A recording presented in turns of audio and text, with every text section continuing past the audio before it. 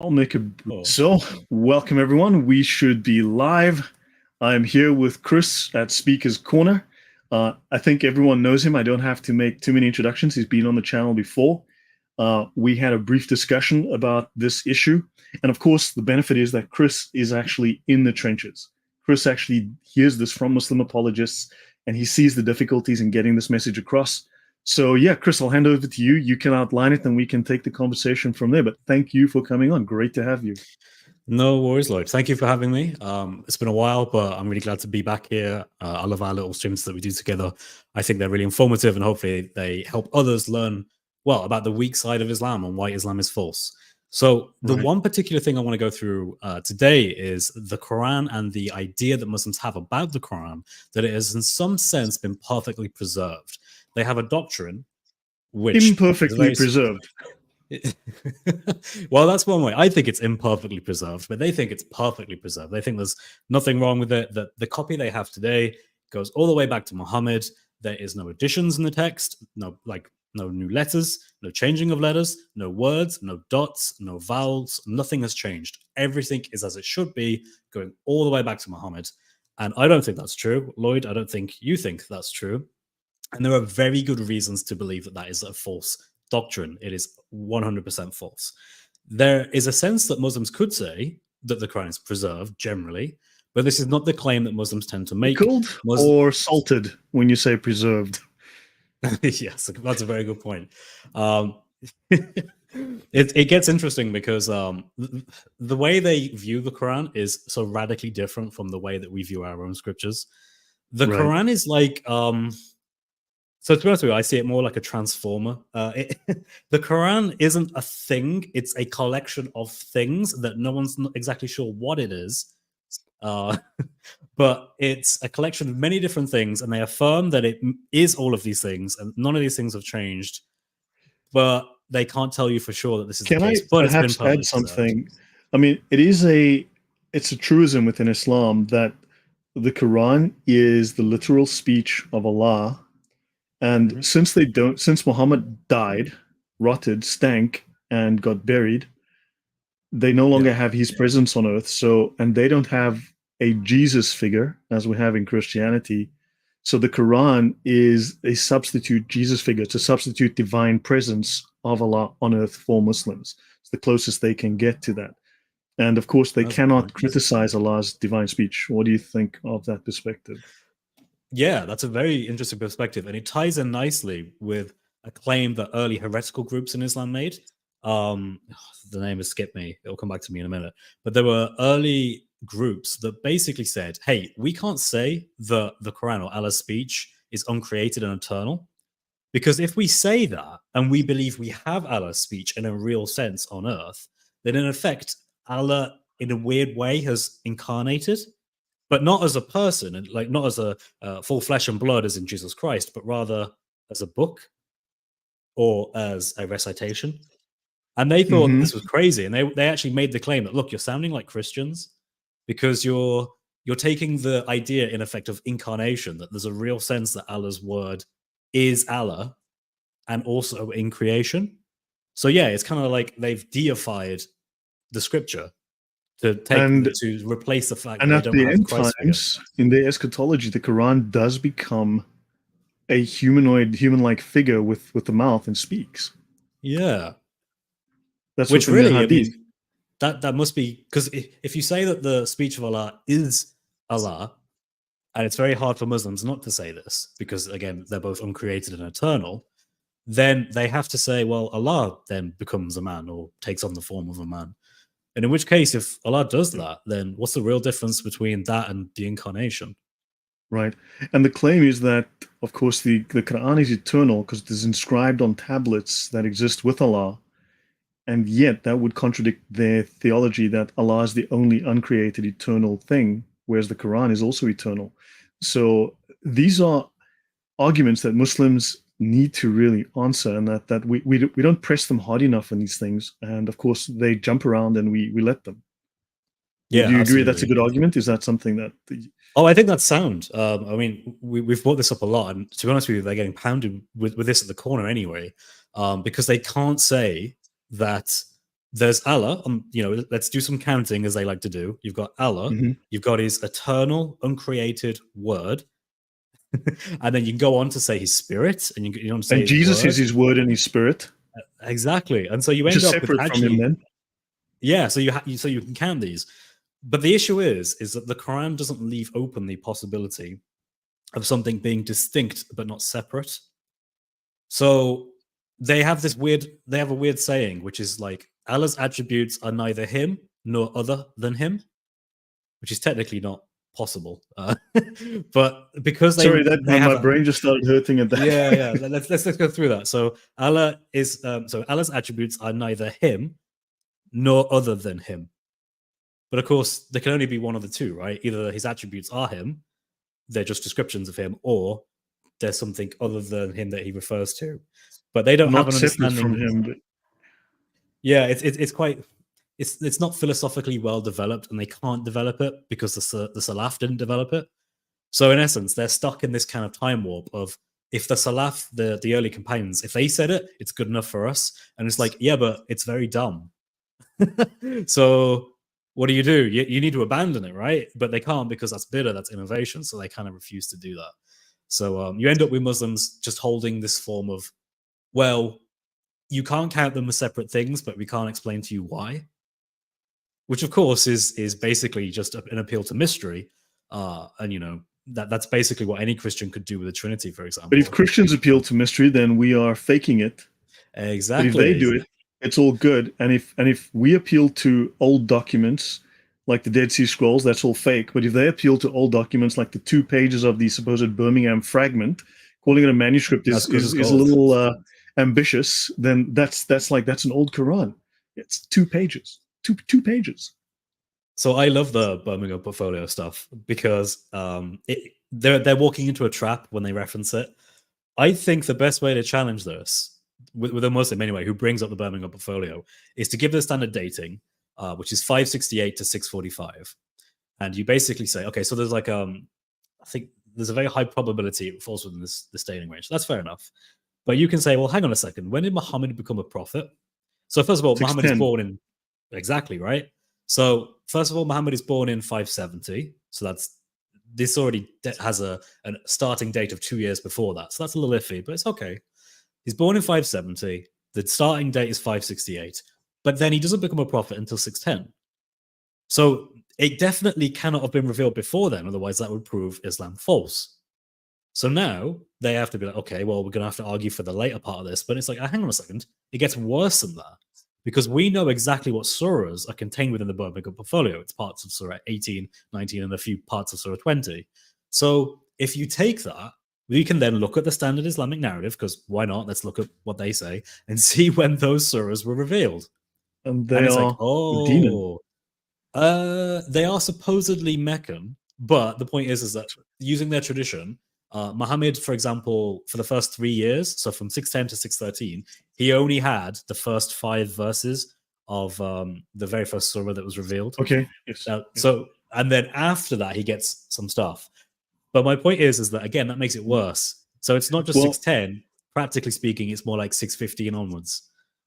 Right. So that does change the chronology. I could be wrong here. I mean, my aim wasn't to really discuss the Birmingham portfolio per se. I mean, although definitely to bring it up, but yeah. So this shows the chronology to be potentially false or in need of correction, and also the stories that it contains are both Christian myth and apocrypha. These are Gnostic myths. Now, is this merely Christian stories written in an Arabic style, right? Or Christian cultural sort of, and even heretical stories written in an Arabic style, or is it the Quran? And then also the style of the Birmingham folio or the Birmingham fragment is clearly 650 plus, even later. Some say even up to a century later. So the style is clearly late. So is it really the argument? I mean, does the argument stand that this proves that it's an early Quran? And also it's deviant. It's not entirely Uthmanic. Right. So yeah, you're correct. So Stephen Shoemaker makes a point that actually there are some serious issues with radiocarbon dating, particularly of this part of the world in this particular time period, and they give a lot of alarming results. And this, we can talk about that in more detail. In a bit it could be dating biological material that came in later, like pollen or stuff, and that. So it could be.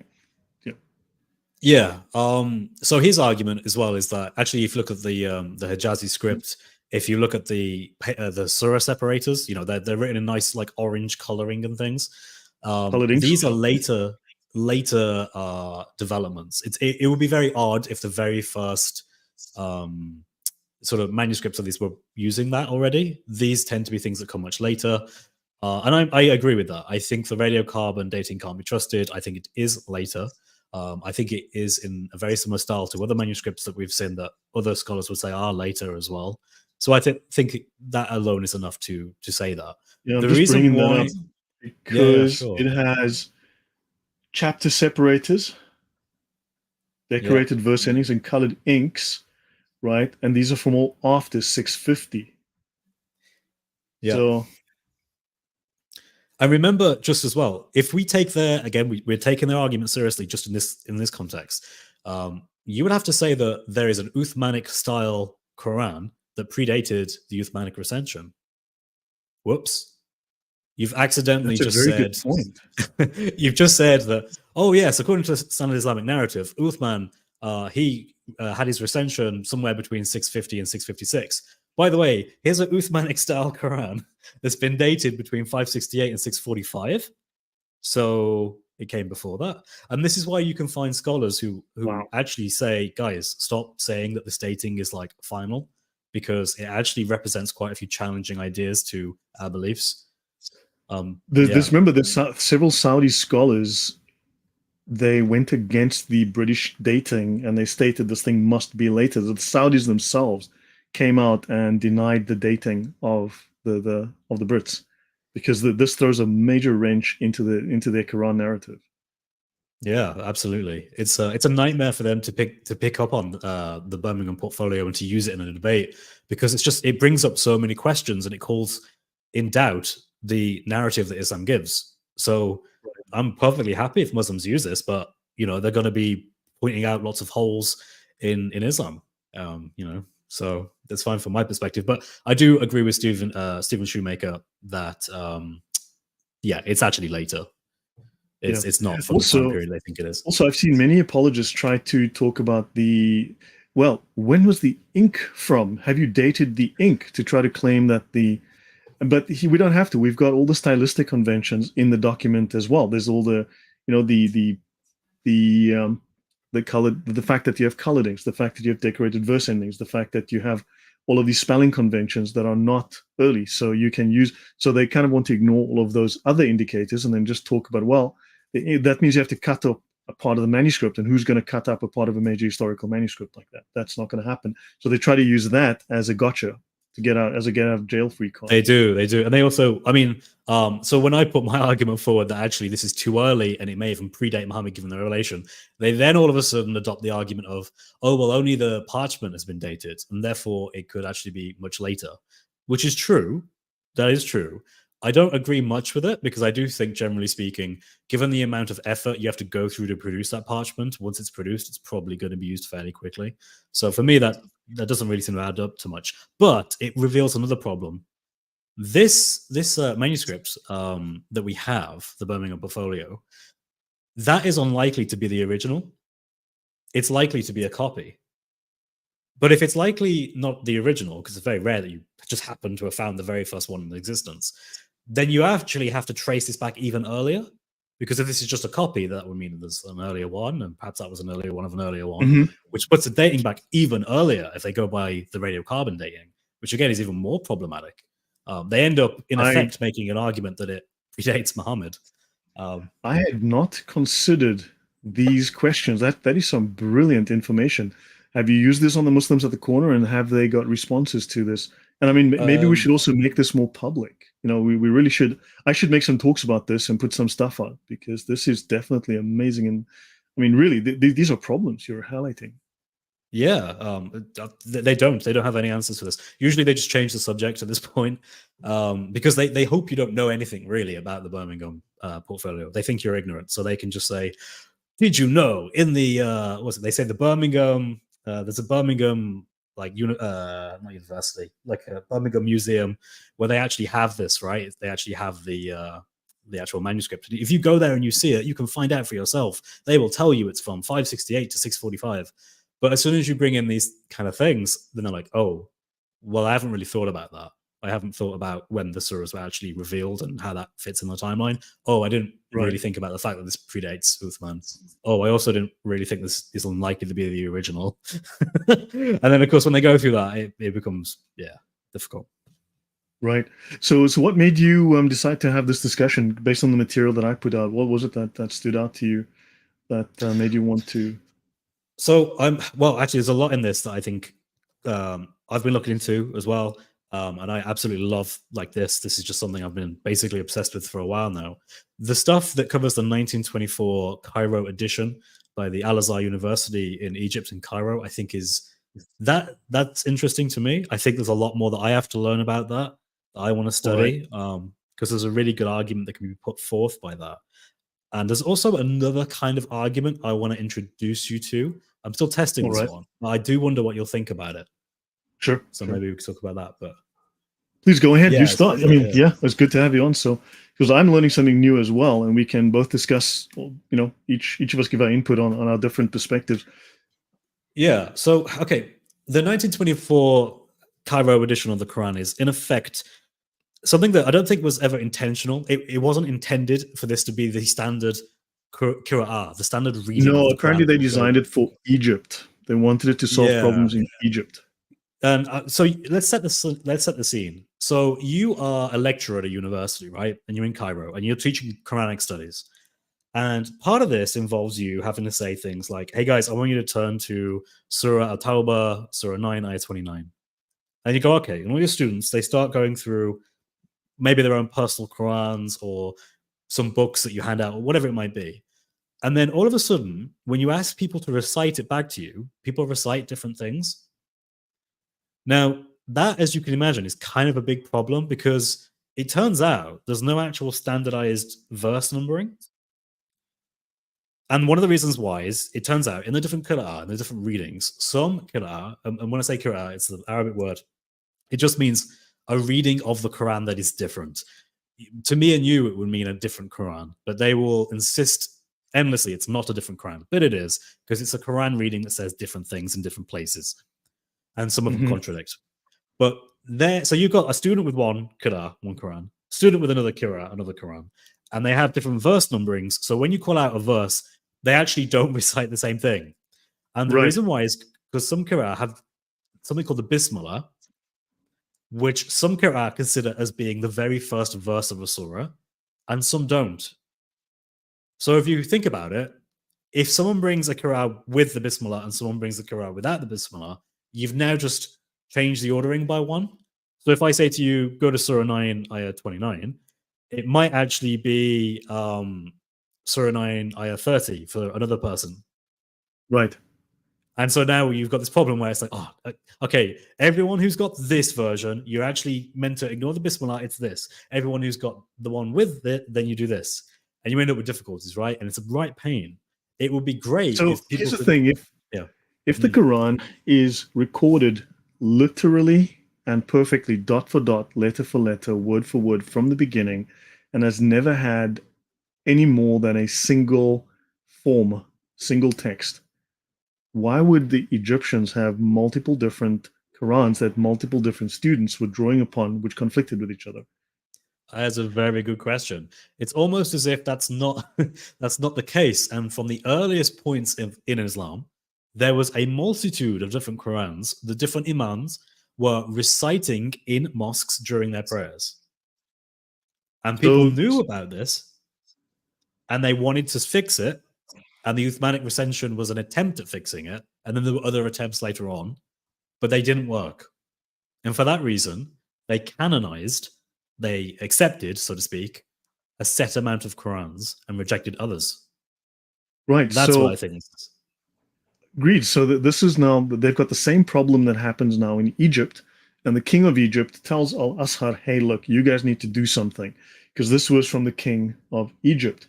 Now, some questions I have is, why would it take 17 years for Al-Azhar to finally verify and approve this version if they could just go to, I don't know, Johnny Nobody in the chat section on YouTube and say, hey, you've memorized the Quran. Could you just repeat it? We'll just write it down as you go, and Bob's your uncle. Problem solved. So, right? Yeah, I mean, that would make sense, right? that's what they Based on should the do. Muslim claims. Sorry? Yeah, if there was one perfectly preserved Quran, it should be really simple. But it's almost as if there was some logistical problems with, first of all, getting all these different versions of the Quran that people are using, deciding on which one to use, because you only want to pick one, right? So which one are you going to use? Right. Yeah, and fleshing this out. So it strikes me odd that I'd like Muslims to answer me why it would take 17 years to transcribe the Quran from a single guy, supposedly just reciting it from memory. And then also, why wouldn't they simply go to one of the old Qurans and just copy paste from one page to the next and go, oh, we're just going to use printing presses now instead of hand transcribing using calligraphers. But here we've got an old Quran complete. We're just going to copy over. Why do you think they didn't do that? And I'd love a Muslim to answer me on that. Yeah, I'd love Muslims to answer that as well. I have yet to get an answer on these kind of questions because Muslims are just uninformed, unfortunately. We need what to do have they do when you Muslims ask them this? I aware. mean, do you think what's their response when you do ask? Because all they've done lately to me is say, well, it was memorized, and they just kind of repeat that like a mantra. Yes, that's very common. You'll get something like, you see in Islam, we have this thing called the oral tradition. And they'll do this, which is really annoying. Oh, you see, you're making the mistake of thinking the Quran is a book. The Quran is a recitation. That's what Quran means. And they say things like this, and I don't think they realize they're not really saying anything. Like, it doesn't really matter if it's a book or a recitation. The point is, a recitation ultimately becomes a book at some point in history, and supposedly it already has. So right. Surely there's just one book. Like, it's just one Quran. And also, if it's different pronunciations, then look, if you have the word tomato and the word tomato, they're spelled the same. It's the same word. The pronunciation doesn't affect the spelling. It doesn't change the grammar of the sentence. So therefore, the pronunciation claim also falls apart because we have different grammar. Yes, you can show this quite easily using their traditions, because their own traditions tell them that's not true. There's a hadith we can bring up and stuff, but basically there are two people, Umar bin al-Khattab, I think, and Hisham, who are companions of Muhammad. They argued about what the Quran said because they were reciting it differently. But here's the thing: they're from the same place. They're from the tribe of Quraysh, so there wouldn't have been pronunciation difficulties. And there have been Islamic scholars that have pointed that out, and they said, "Look, guys, it's not just dialects. Like, we can't say that. That's not correct." Right. And just in case people aren't aware of this, the Quran supposedly, according to Muhammad, was revealed in 7 different ways. And they call them the aruf.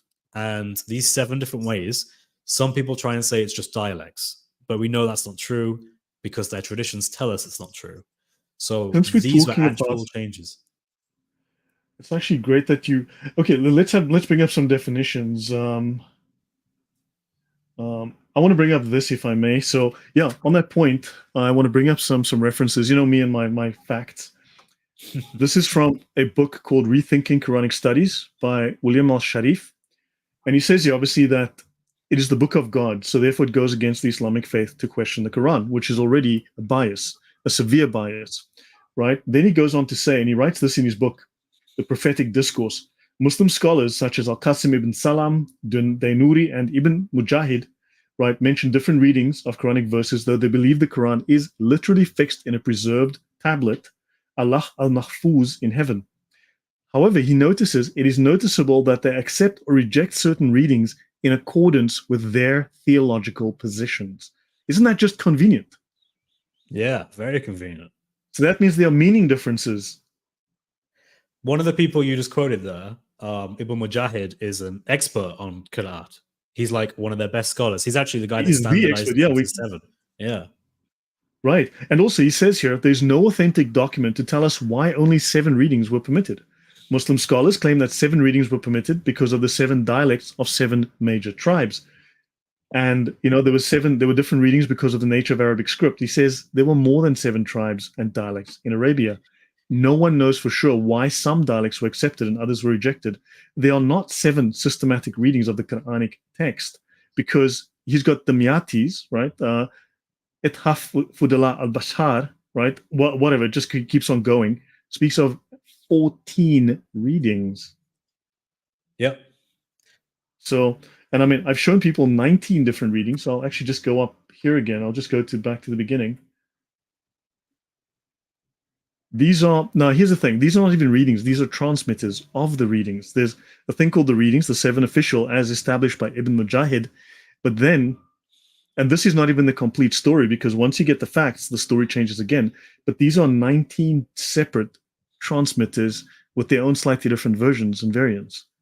So we have readings, variants, and then we've got variants of the variants. Your thoughts here? Yeah. Well, first of all, so when Ibn Mujahid made the 7 readings, these guys weren't around, right? So there wasn't this idea of transmitters with Ibn Mujahid, or at least there wasn't a canonized understanding of it. That actually comes later. And one of the reasons it comes later is because, as you pointed out, there starts to be variance among the supposed transmitters. So you have like Nafi, or you have what's the other one? Hassan Asim. So you have these guys with their own readings, but then people start making different versions of those supposed readings. So now people are questioning, wait. I thought it said this and this one, and they're like, no. So what they do is they standardize it to 2. So now you have the 2 Rawiya, the 2 readings that are accepted. And if you think about it, it'll be like, well, hang on a second. Why do you need 2? Why not just 1? Well, it's because there were a lot and people were arguing about it, and they just compromised. As far as it seems to me, they compromised on there's one text too. Because the standard story is, and I'll look into Ibn Mujahid in a moment, but we have the 7, the 3, and the 4. So Ibn Mujahid canonizes these 7. Right? This is what Ibn Mujahid canonizes, these 7 here, in whenever he did, in the 8th century, right? Supposedly. Right? Damashki, Al-Makki, Madani, Basra. And look at the different dates between these guys. 736, 785, 771, 745, 805. There's a fairly large spread. It's like an 80-year spread in this range, right? Wouldn't it be the same Quran dot for dot, letter for letter over this 80-year period? And then think so, 3 more readers are added. And there's additional facts. So, I mean, so the story mutates, but we can add additional facts. And then, of course, you get 4 more readers are added later for 14. Why did we have to add more if we have 1 Quran? It's almost as if the Quran was basically being understood in so many different ways that they had to canonize more and more as time went on, because the alternative is to just accept that tons of imams have basically just been getting the Quran wrong for like centuries, which is probably too embarrassing. So, and then we have the 7, the 14, and the 9. So here's 7 readings from Ibn Mujahid, who died 936. Then in 1194 comes Al-Shatibi, and he makes 14. Don't ask me what the 14th one is. Just I have 13 here in the list. So he then has these transmitters, because apparently every reading has 2 transmitters. So in other words, the guy who wrote it, the senior cleric who wrote the version, the reader, had 2 disciples who were trusted, who transmitted it. And so therefore there are 2 transmitters for every reader. And then, of course, in 1429, which is, I mean, basically yesterday in comparison with when the Quran is supposed to be written, so Al-Jazari has another 9. Yeah. So do you know about the whole Tawata thing, the Mutawata claim? Have you heard of that before? Yeah. So this is something you'll find in the Park as well. Muslims will say, oh, okay, but the first 7, and I don't know where they get this from. They must have got it somewhere. The first 7 are Mutawata, meaning that all these different Qurans, these different Qira'at, they all go back to Muhammad, because at every single point in the chain, because they love their chains of narration, they are so mass transmitted that it's impossible to think that either it was fabricated or it's in error and it was a mistake. It's impossible to believe that, because they're so well transmitted. The issue is that they're not. And Marion Van Putten has brought this up, as well as others like Shady Nasa. Here, I've just brought this up here. Yeah, with the exception of nobody considered the Canonical until the 7th century. Yeah. Oh, so basically, the doctrine of Mutawatir, because it's kind of a doctrine, it's like a later development, but basically, if something has been transmitted through sufficient channels, although some will say 25, you have to have 25 transmitters, and then you have something that is mutawatir, which is undeniably true and must be believed by Muslims. Although certain verses, certain hadiths could be transmitted by one, but that one person is so reliable or so critical. But notice, Ibn al-Jazari, who canonized 9 more transmitters, rejected mutawatir. Yep. Yeah, he absolutely did. In fact, Moran Van Putten on his blog has a great article where he actually translates Al-Jazari's work. And Al-Jazari was like, okay, so we need some criteria to determine what is a valid reading and what isn't. Again, that's not something you should do if something is mass transmitted and certain, right? You don't need criteria, because criteria implies that there are fake ones and there are true ones, and you're trying to figure out which is which you shouldn't need to do, right? If this is perfectly preserved. Yeah. So just sorry for the interruption. I wasn't aware. Sergeant Grinch, the leukemia treatment has been tough, and I'm stronger. Thank you, Sergeant Grinch. We weren't aware that you had a medical condition, but we wish you well. Pray for you, and for the audience, please, if you can send your prayers and to Sergeant Grinch. He's been a great support of the channel and channels like mine. So, please, Sergeant Grinch. Please keep me in your prayers. Please better. go on. So Al-Jazari sets out this criteria. The criteria is interesting. It's 3 points. So he says the first one is that the Arabic grammar has to be correct. Okay. The second one is that it has to conform to one of the Uthmanic manuscripts. And it's interesting he phrases it that way, because the Uthmanic manuscripts, the codex supposedly he wrote, was not uniform. There were variants in it that he sent to different regions, which is, to be honest with you, like a minefield of how is that perfectly preserved. But okay, we'll go with that. And the third criteria is that there is a single Sahih chain that goes back. Not like so many it's mutawatir and therefore absolutely certain that this went back to Muhammad. And the reason why is because he said, look, guys, think about it. Like, use your brains. Just think about this. If we say they have to be mutawatir, then anyone that comes up with stuff, like anyone who comes to the reading with terrible Arabic grammar that's not from the Uthmanic Codex that we know about, but is supposedly so well known, then by our own criteria of what it means to have something mutawatir, we would have to accept it. We would be like, okay, it literally doesn't make sense. It's just a bunch of nonsense. It doesn't conform to the Uthmanic Codex, but it's mass transmitted. So by our own understanding of what it means to be mass transmitted, it means without doubt, we would have to say Muhammad actually said that. That's kind of problematic. And also, what do you do for all the existing Qira'at, the 7 from Ibn Mujahid, for example? They don't really have mass transmission. In fact, there are scholars who weren't even aware of some of the readings. For example, Al-Tabari wasn't aware of a particular reading in Surah Al-Ikhlas, which is Surah 112. He wasn't aware of it. How can a scholar who did this for a living and was writing a book on the Qira'at, how could he not be aware of some of the variants? Because if that's the case, then how is it mass transmitted? It's not mass transmitted because there are people who should have known about it that didn't know about it. Yeah, wow. Also, Sidki wrote a paper that even amongst the canonical Qira'at, there are 292 known differences. Wow. Yeah. These are the ones they admit to, put it that way. Right? So, I mean, yeah. And also notice when they canonize these Qira'at, one from Mecca, one from Medina, why would there be a difference between Mecca and Medina? And then he chose Basra, Damascus, and 3 from Iraq. Yeah. Now, why Iraq? Why not Mecca? Why not Medina? Because all of their scholars of his religion, they basically went to Iraq. Like in terms of, if you look at everything, Iraq is like a powerhouse of Islam in the early period. It doesn't really go to Medina. Medina seems like an afterthought, if anything, and the Hijaz seems like an afterthought. And I So, want to, are we looking at an Iraqi Quran or an Arabian yeah, Quran? yeah. I think the Quran was in development for a long period of time, and I think there are evidences to prove that.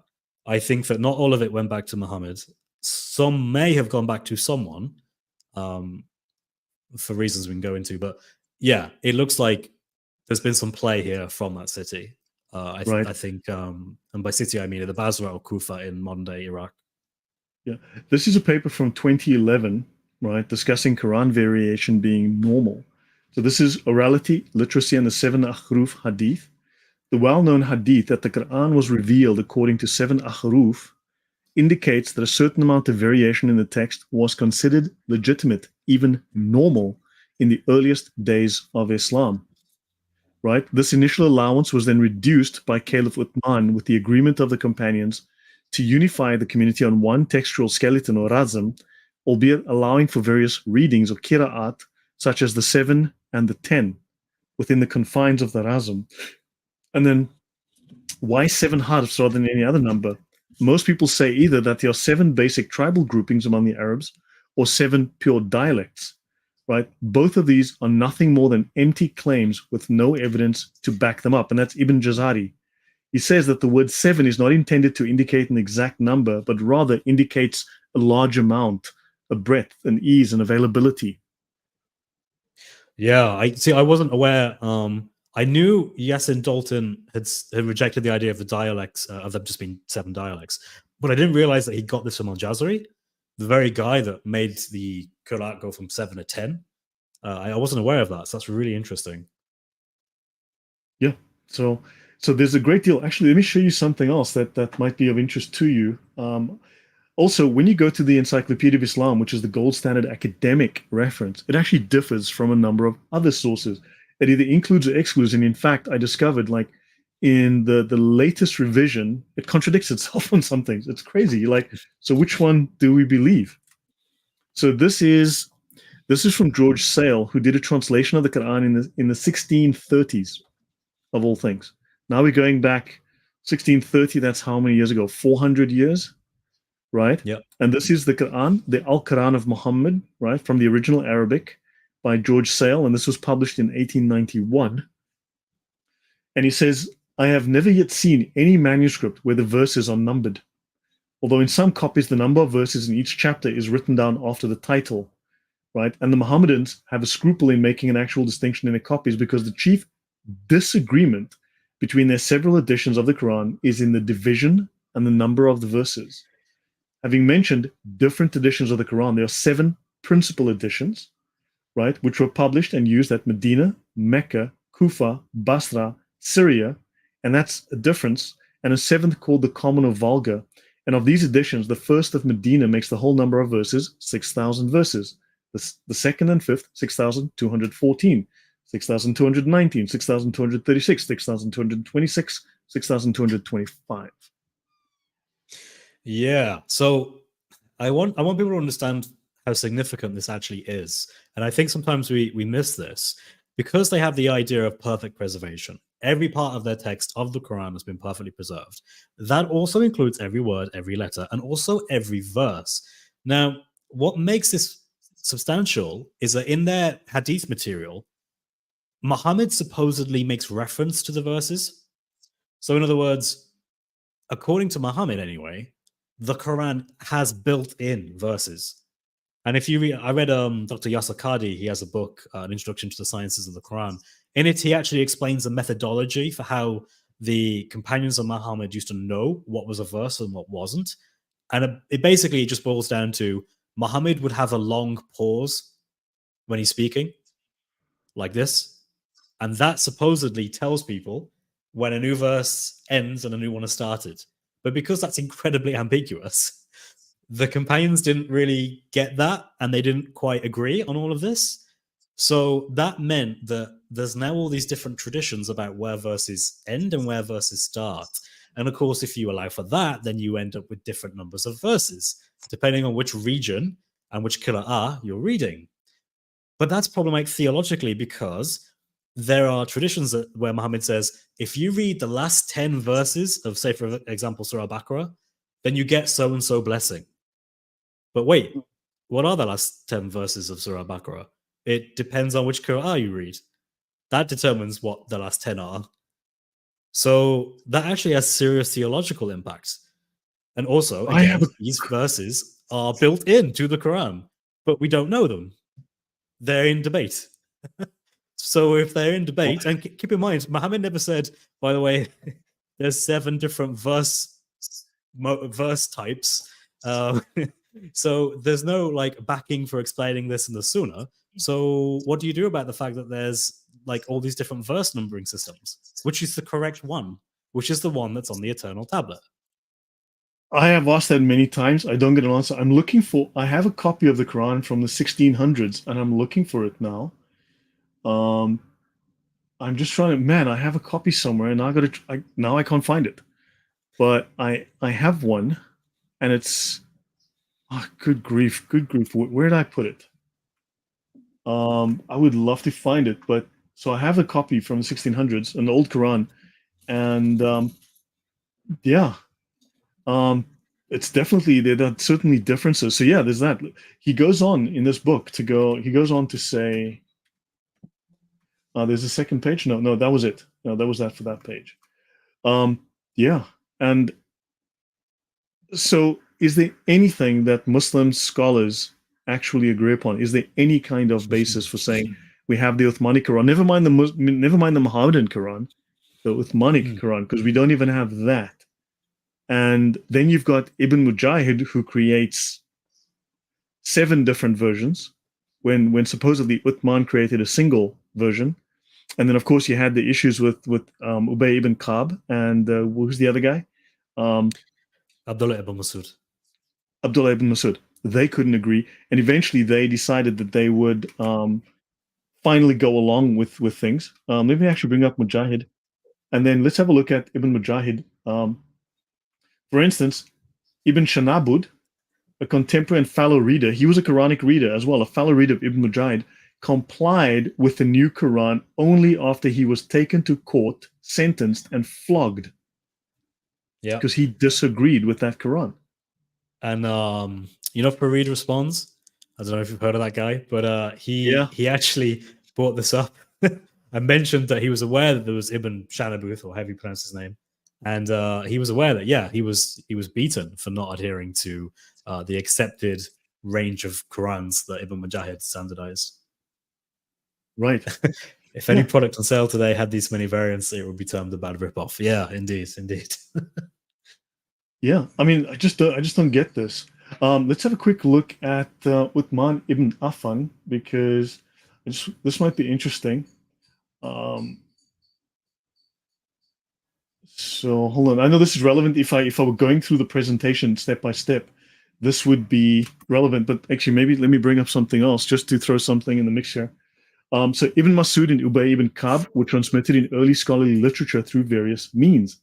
These readings refer to differences in the recitation and wording. And here's what we know. Ibn Masud was one of the companions of Prophet Muhammad, right, and a prominent reciter of the Quran. He had his own collection, which differed from the Uthmanic Codex.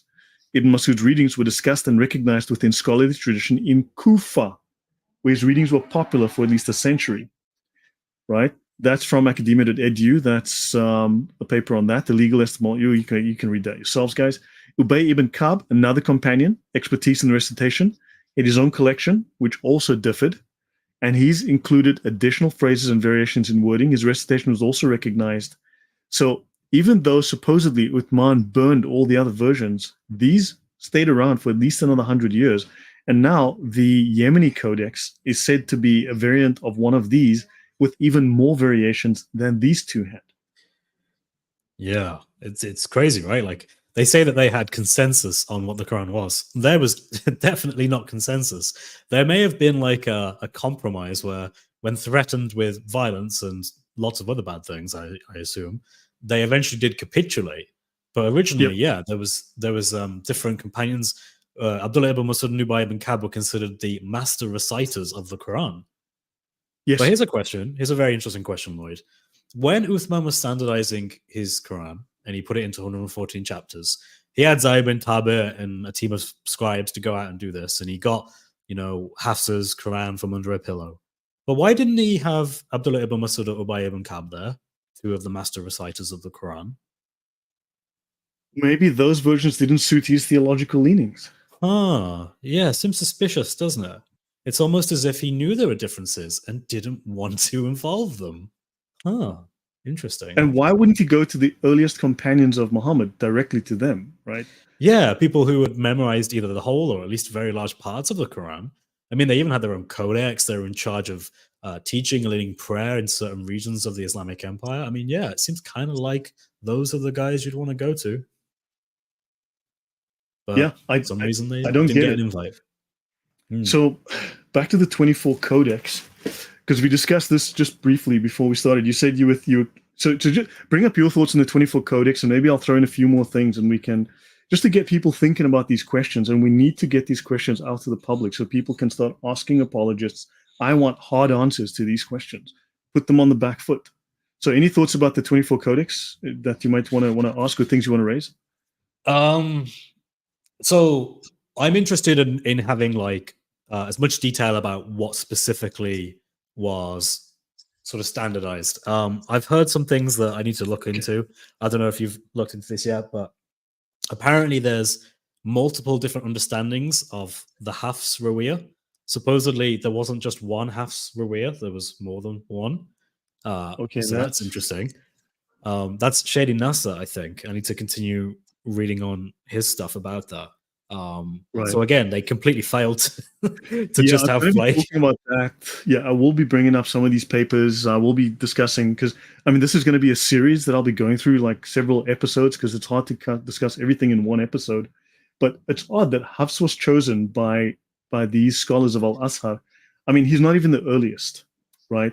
Yeah. Notice he is one of two transmitters, right, of one of the Qira'at. Now, why didn't they go directly to the Qira'at? Why did they go to a transmitter? If they have the Qira'at, why did they go to the transmitter? Right? And then this guy's from Kufa, not from Mecca, not from Medina, he's from Iraq. Yeah. Now, if you have the Qira'at that's authoritative, why go to one of the transmitters? And then there's certain issues around Hafs. We'll get into Hafs as well. And then, of course, in 1924, they release it after 17 years of editing to correct the Quran. 17 years. They release it in 24. It gets edited in 1936. Why would the perfect Quran need editing in 1936 and an update? Then, because it is high quality printing, because it was, and also it is the very first Quran to be endorsed by an Islamic authority. It is the first Quran to be endorsed by a Muslim authority. So were there no other Qurans that were endorsed? Was there a free-for-all? I mean, these are questions that I ask. I mean, I'll let you continue for a moment, and then I can dive into some of the other questions around this. 24. Yeah, they're really good. I mean, what I think is, if we go back far enough, right, the Hafs Ruwiyah, the Hafs reading wouldn't be that popular. There'll be other ones that are either just as popular or maybe even more popular, but they would all have different verse ordering stuff. So it must have been a nightmare to try and communicate between these kind of people just before all of this. Like, Muslims take it for granted today that they can just go on Quran.com, go to verse Surah 225 or whatever, and it's always going to be the same thing. But that was not historically the case at all. That was actually very contentious. Just had a really I like that one. That's good. Yeah, exactly. It's the 3 plus the 7, the 14 plus the 9 is 1. Is equal to 1. Like, what's wrong with Christian maths? Well said, Arnold. Well said. Yeah, and also, why choose it is crazy. Like, this is what they're saying now, right? They're saying the Quran is like an umbrella term for like. Oh, did I cut out there? No, you did not. No. Okay, you're good. Cool. You're good. So the Quran is like an umbrella term for basically lots of Qurans. I find that idea just amazing, really. But I mean, isn't that's real-time propaganda? It's real-time gaslighting. Yeah, well, and it's real-time thinking on the spot and trying to adjust your religion to solve problems. And that's what I think is amazing about it. We're seeing Muslims, both the laymen and the scholars of all kinds, just coming up with stuff to try and avoid it. And this, I think, is what Yasakadi was afraid of. This is why you have the, holes in the narrative.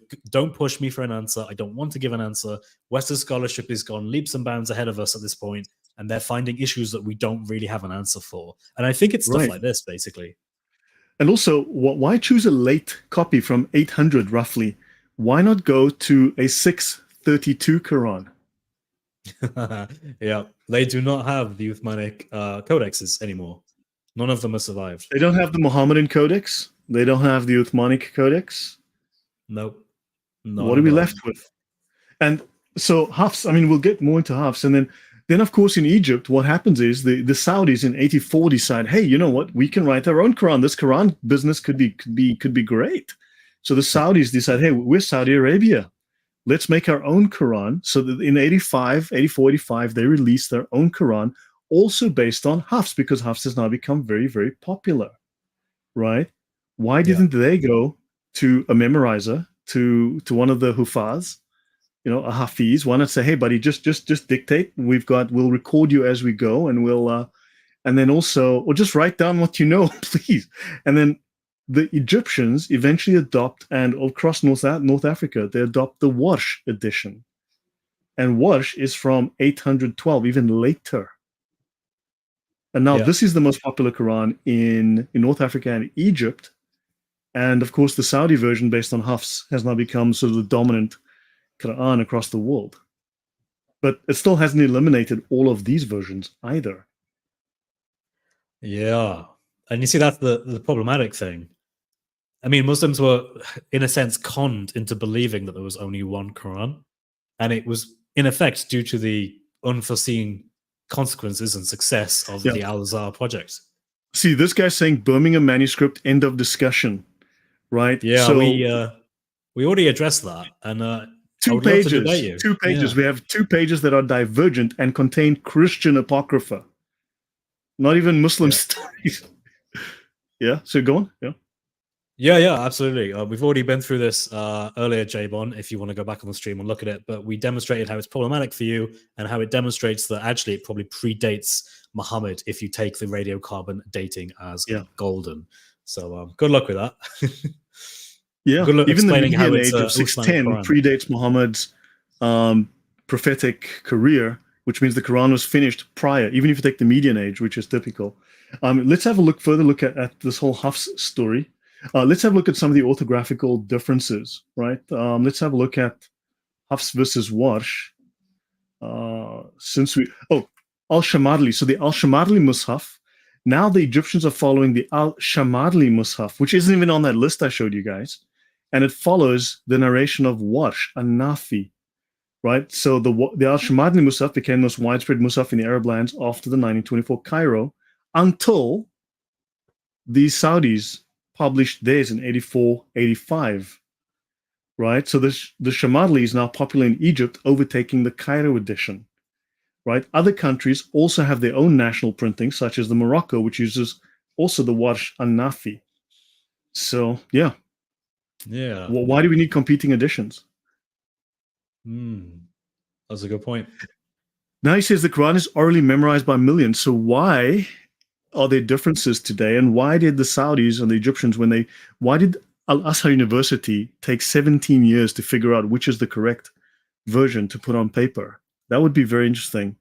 And which one is the one that is with Allah in paradise? Which one was sent down word for word, letter for letter?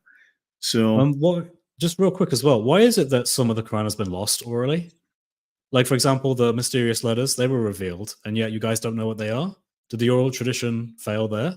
Why is it that there are some schools of fiqh that say the Bismillah is a verse of the Quran, but others say it isn't? Did that oral tradition fail there to preserve how many verses there are in the Quran? Why do you have competing traditions of how many verses there are in the Quran? You guys can't even agree on that. How did that happen if the oral tradition is perfect? There are tons of reasons why the old tradition is obviously failed. It's not even controversial. The old tradition is terrible. Not listening to facts. He's simply spouting propaganda. He's just reciting propaganda because he has no answers. He cannot answer that. He's just going to spout propaganda. Let's have a look again at. So let's go have a look at this. Let's actually look at Warsh. Oops. So the prevalence of Hafs versus Warsh. Let's actually go into that then. I mean, there's no point talking to him at this point. I've just put him in timeout for a little bit. So Hafs and Warsh. Okay, the Hafs is apparently across 90% of Muslims. The Warsh, approximately 10% of Muslims, mostly North Africa, but other places too, not only there. These two variants emerged from the students or transmitters of the canonical Quranic readers who lived over a century after Prophet Muhammad. So these emerged well over a century, up to 200 years after Muhammad. They're both considered authentic. Now, I thought when Allah was giving when Jibreel was reciting the Quran to Muhammad, did Jibreel repeat it 7 times or just once? Well, they would tell you now that yes, Jibreel actually did say it in 7 different ways. In fact, in the Sunnah, Muhammad asks for it. He basically says, look, you've given me the recitation of the Quran in one way, but in order to make this easier for the people that I'm talking to, and he says, like, the elderly, the women, and the children, can you please give me it in more modes? And Jibreel's like, yeah, sure. And then he keeps increasing it until he gets to 7. Which I think doesn't really make any sense. And I don't know how it would help with the elderly, the women, and the young, but that's what their tradition says. And yeah, you would have to believe. And it gets a bit weird because on the final Ramadan, when Muhammad was reciting all of the Quran with Jibreel, because he used to recite all of the Quran during Ramadan, you would have to accept in the final year, he did it 14 times. Well, actually, no, if you accept this 14 Qira'at, you'd have to think he did it 28 times, I guess. That's a lot of time that Muhammad is reciting the Quran. 14 plus 28 transmitters, because there's 2 transmitters per Qira'at. And they differ. We haven't even established exactly how many Qira'at there are. Right, even that's in doubt. Actually, yeah. Now, well, that is like a landmine. Go on. Yeah, sorry, go on. No, your thoughts. Your thoughts are great. Yeah. No, I was going to say, okay, so according to early scholars, there was at least, I mean, it's more accurate to say like 70 at this point, but I just take the conservative number of 25 because I've seen a Muslim say that. There's at least 25 Qira'at at the time of Mujahid before he standardized it into 7. 25. So you tell, first of all, that means that there's a significant part of the Islamic Empire that's not actually reciting the Quran. That's what that means, right? Yes. Now, because it isn't canonized. Yeah, go on. No, sorry, go on. Sorry to interrupt you. Just, No, it's all right. So basically, you have 25 different known Qur'an that's been recited by imams in prayer. So again, very serious now. But Ibn Mujahid comes on and goes, no. Only 7 of those are actually valid. So in effect, he's just eliminated all the other ones that's not valid. They have not been reciting the Quran correctly. Yeah, but then a guy comes 200 years later and goes, Ibn Mujahid didn't do such a great job. We got to add another 10 or 12 or 6 or 9 or... Got to add these 2 transmitters. And then in the 15th century, then you had the 15th century. Jazari, that's the one. He comes in and just expands it, because why not? We need 9 more. It's like... Yeah, because I like these 9. These guys are my buddies. So yeah, so basically, people obviously will tell us these are considered minor variations in vocalization, meaning pronunciation, spelling, or verse numbering. Others argue there are substantive differences. For instance, Surah 2, 125, Haf says, "You shall take." Warsh has, "They have taken," "They have made." Now, you can do different translations and you will get different scholars or different books will have slightly different variations of what these things actually mean. I can go through a couple. I have 2 or 3 in my notes here in this. But "you shall take," "they have taken." Isn't that slightly different? You will do, you have done. Yep, definitely looks like a difference. And of course, when you change indexicals like you or they or I, then you radically change the meaning, right? There's a whole world of difference between it, I had they cake. stole it. So who gets... Sorry, go on. Yes, sir. Go on. No, I was going to say, so you have other parts in the Quran where there's Qur'an differences where it changes you to I. And that's massively different, right?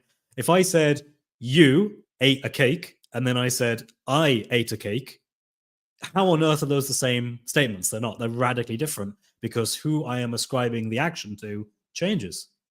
So imagine this is now a legal matter. You inherit $1 million. They inherit $1 million. It's the same thing, right? Dot for Yeah, dot, letter exactly for right. letter.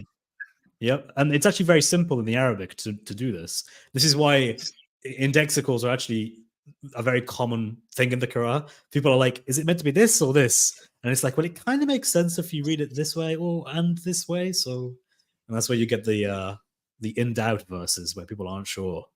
So, Well, Sergeant Grinch I says like he cake. likes cake. Cake's good. Yes, yes, you're right. So see, he's obviously trained in Muslim apologetics.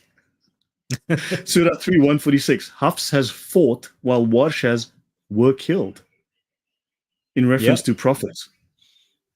Well, like fighting and being killed are not the same thing. Yeah, and both So, are variants that are officially printed and accepted by institutions like the King Fahd complex in Saudi Arabia because they're identical, letter for letter, dot for dot, and the message is the same. So the differences apparently, as they tell us, do not impact the core message of the Quran according to the majority Muslim view, which obviously, if you disagree, will get you killed. I can understand why they would agree. yeah. So to me, that's Yeah. damage control. Oh, absolutely. Yeah. Let's have a look.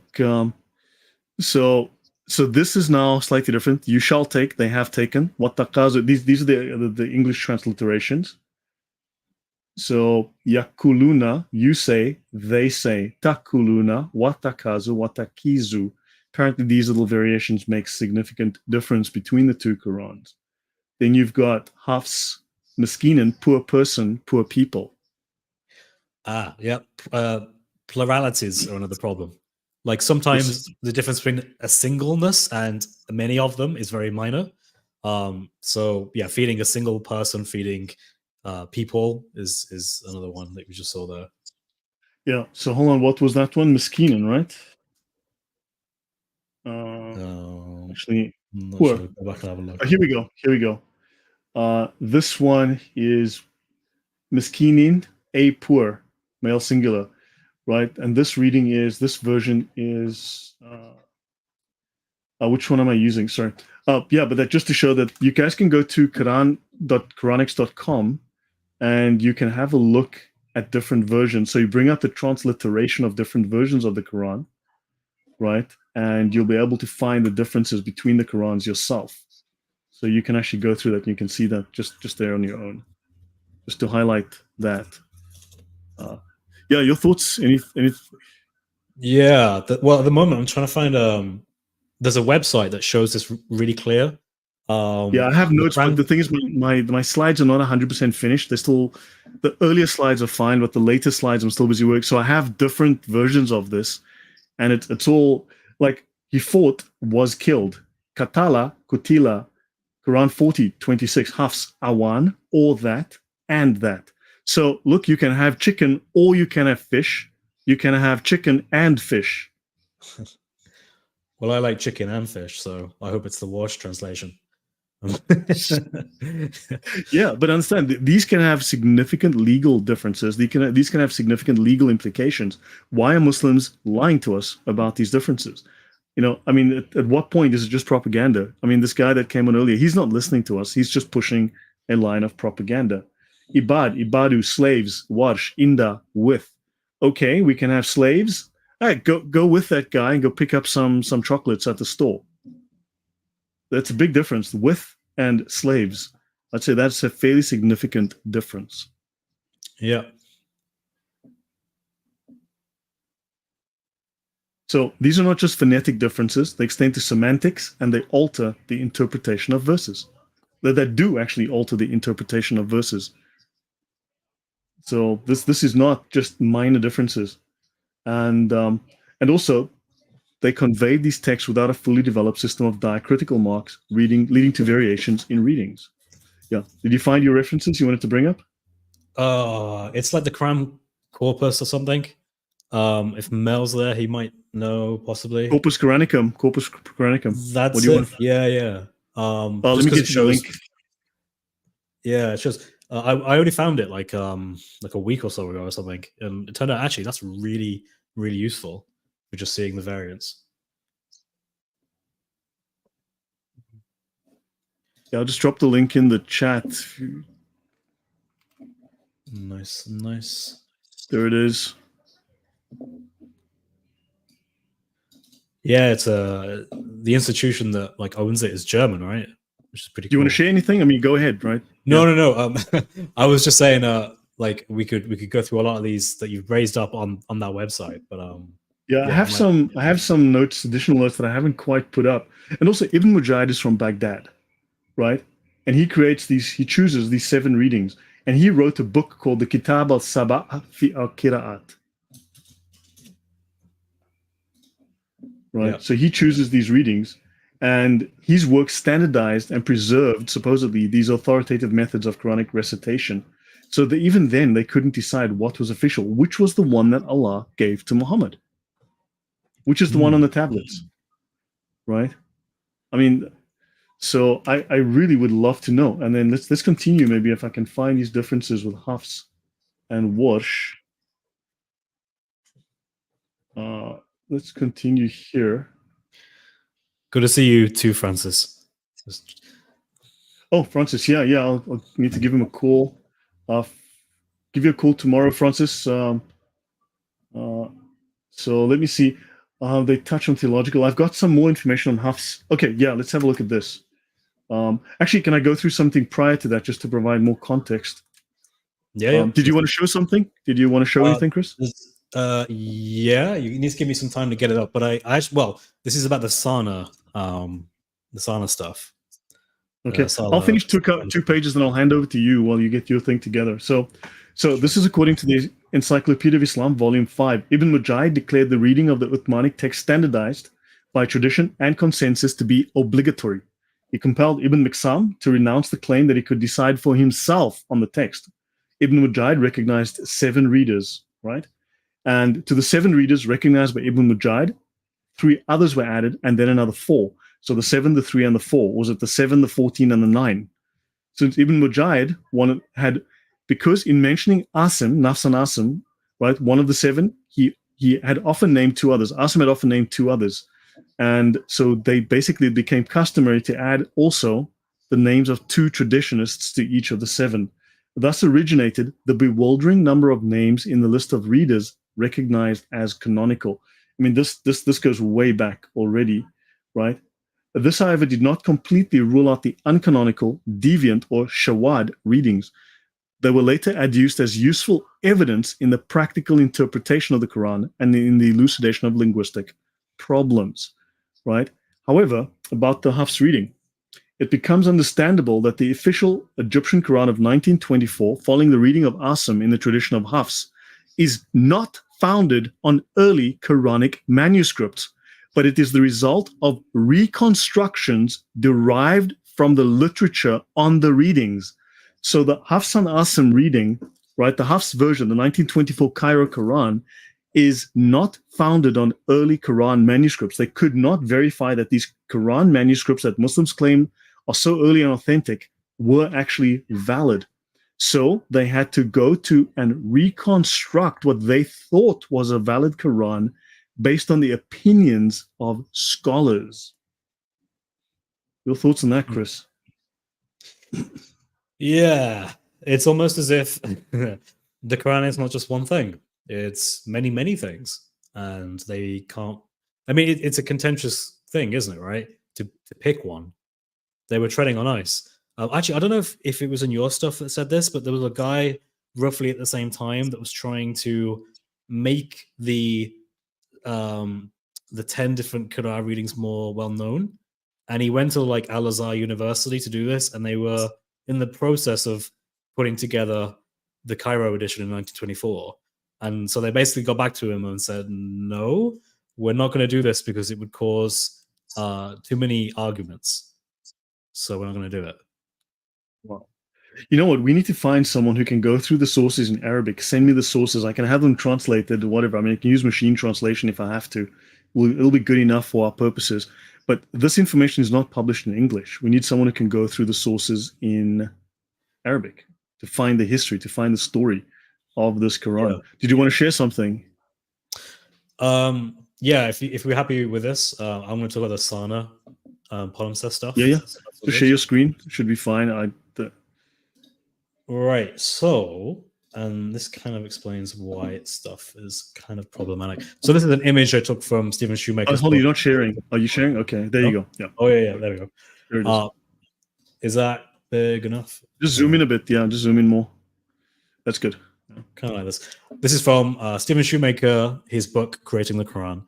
And he goes through some early manuscripts that we have of the Quran. And some of the earliest we have are from a collection of Sana that was found in the attic of a mosque. And as part of this collection, some of the manuscripts, it turns out, are palimpsests, which means that they have an underlying writing.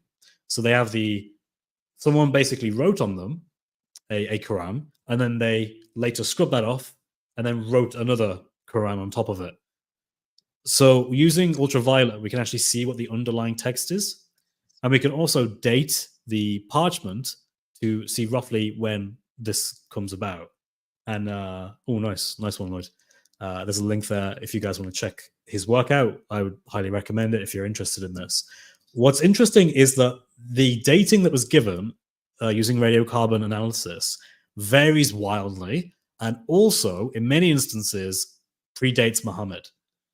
So we can see here so some of these are just bizarre. So for example, 127.1 folio 11 was dated in the Lyon radiocarbon center there, and it gave a range of 434 to 603. That's interesting. 434 to 603. That is insanity. Yeah, that is quite worrying. And then there's another one here. So again, folio 13 this time, but on the same place. 406 to 543. So that one even predates Muhammad completely. That basically means that there's no way Muhammad could have said this, if this one's true.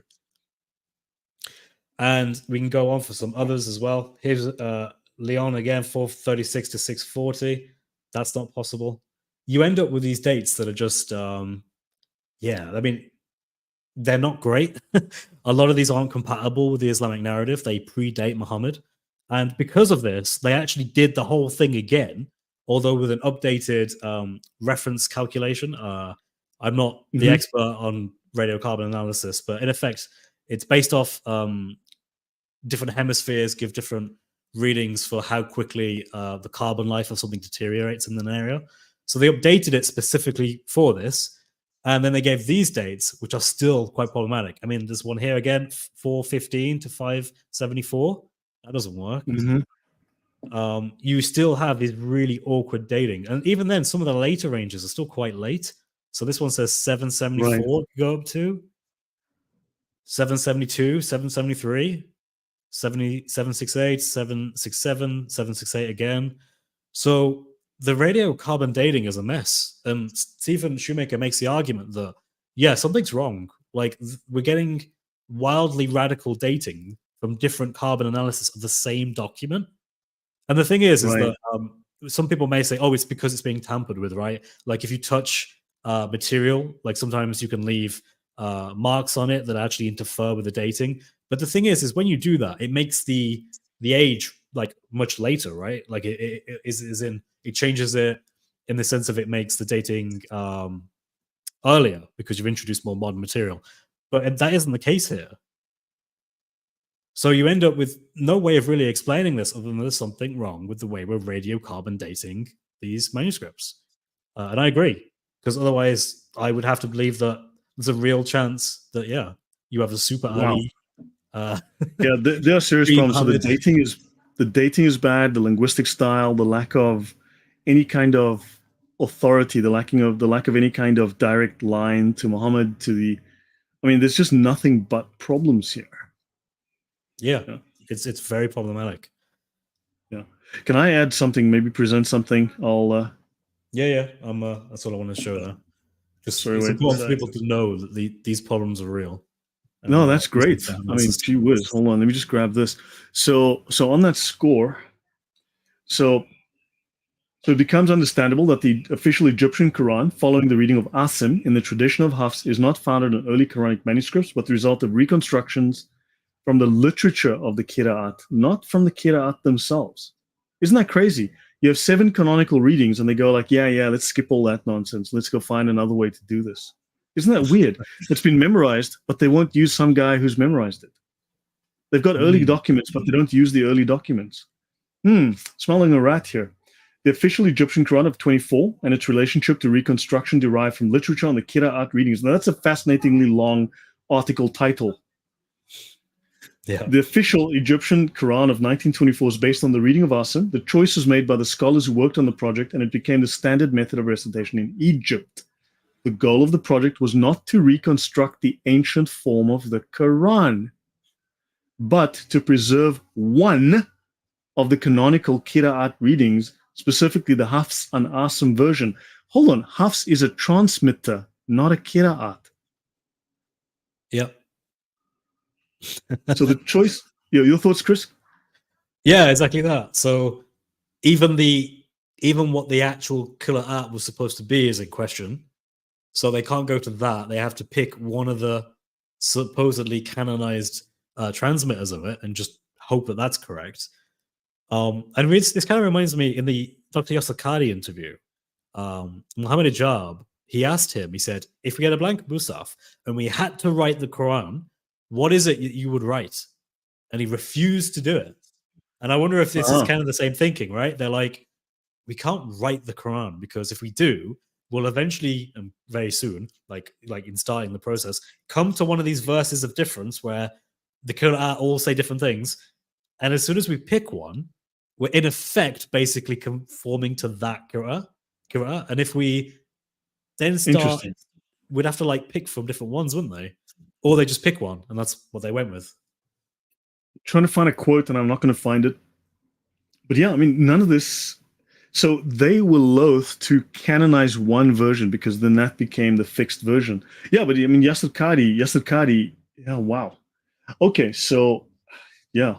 So the choice of Hafs and Asim reading for the official Quran was influenced by several factors.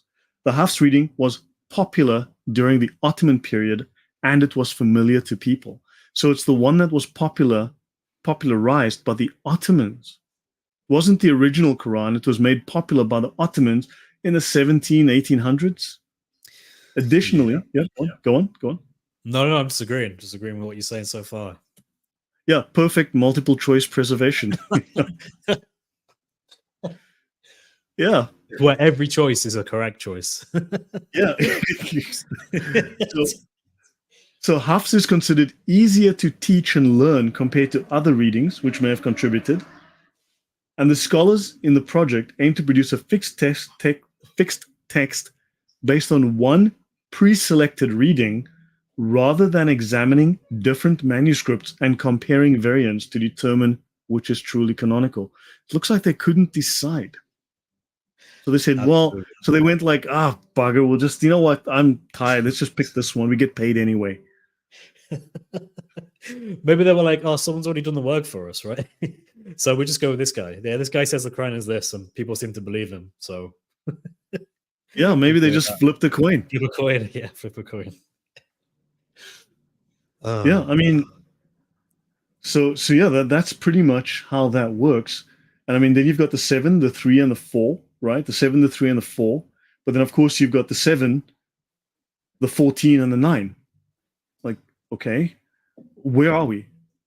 Right? So this is just, so you've got readers who are Qurra, right? Prominent reciters from the 2nd and 3rd centuries, not even the 1st centuries.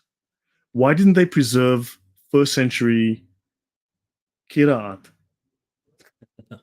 Why? Yeah, that's a very good point.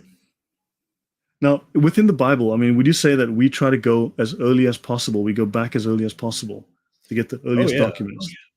Yeah, the canonical Gospels, Matthew, Mark, Luke, and John, are the earliest Gospels we have. It's the earliest material that gives an account of Jesus's life. It's totally the opposite in Islam, but yeah. Yeah.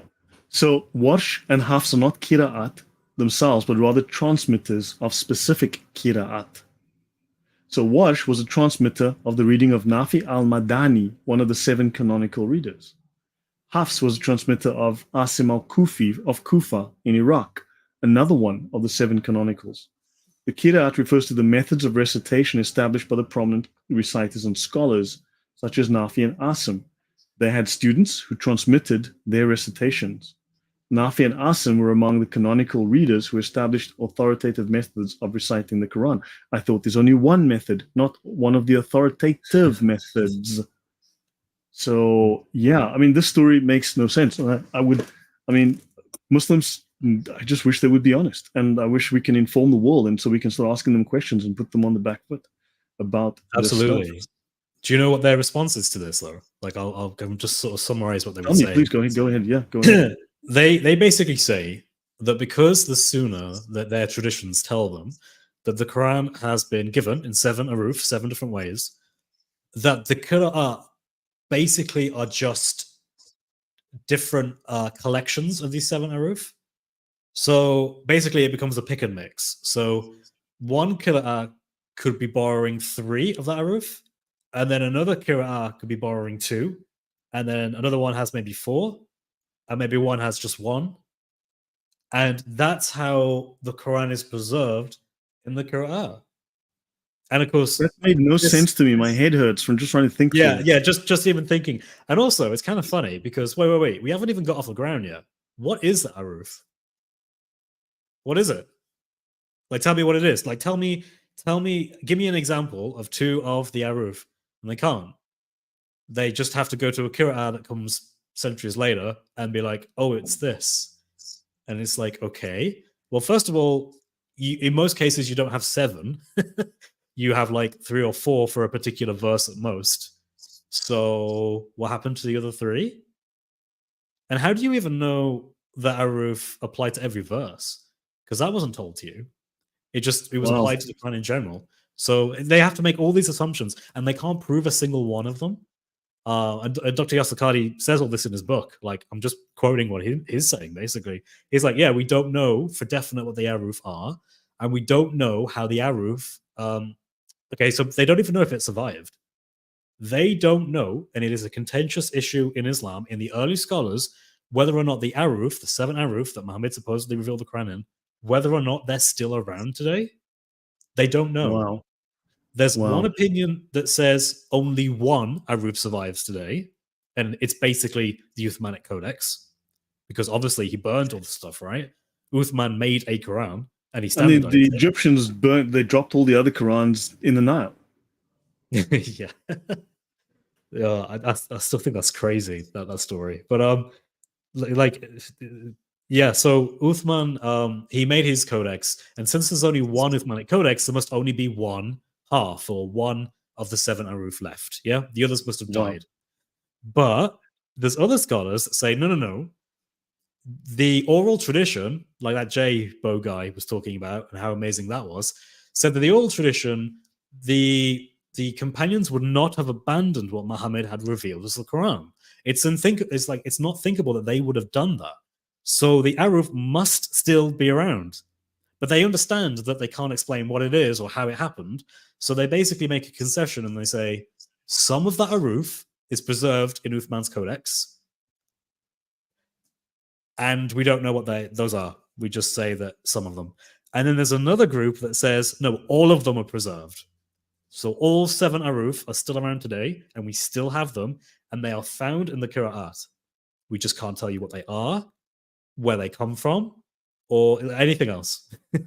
It's basically just held on faith that these aruf are preserved.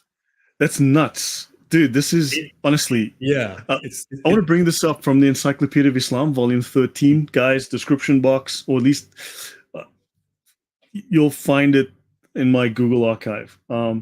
So, harf, singular, plural, huruf, or ahruf. Now, according to the official definition from these top scholars of Islam, letter of the alphabet and word.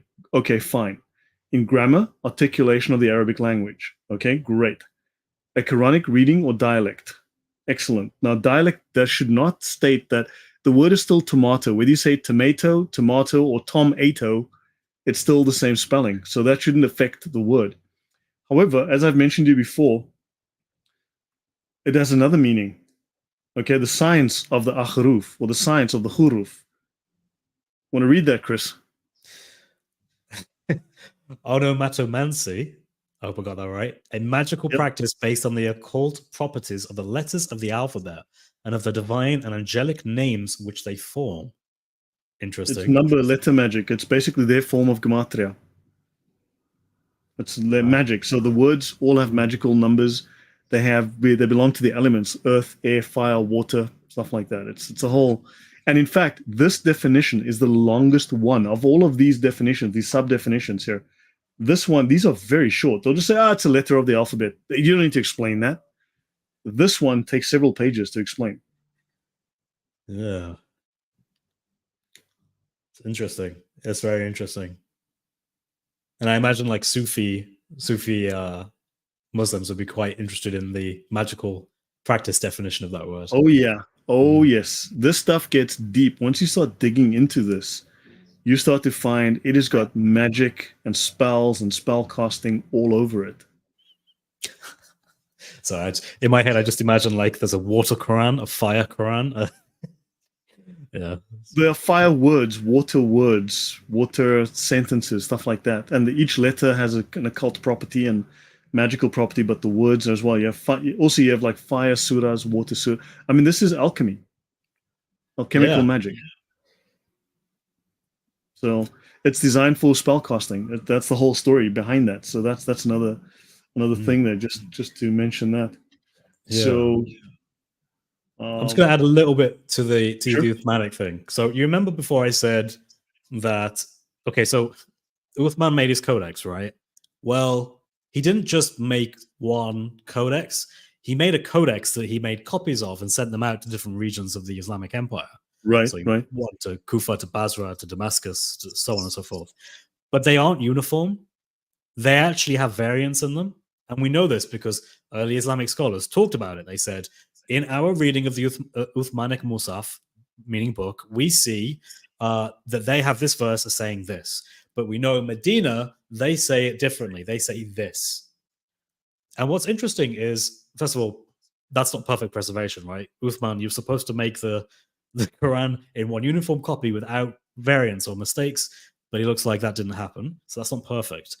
But what's interesting is Muslims will take this, and this is an actual academic opinion, that the Aruf is preserved at least partially in the Uthmanic Codex because of these variants.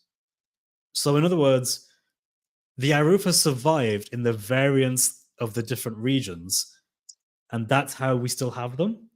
But the issue is that these variants are actually kind of minor, because although he made mistakes, they weren't like crazy mistakes.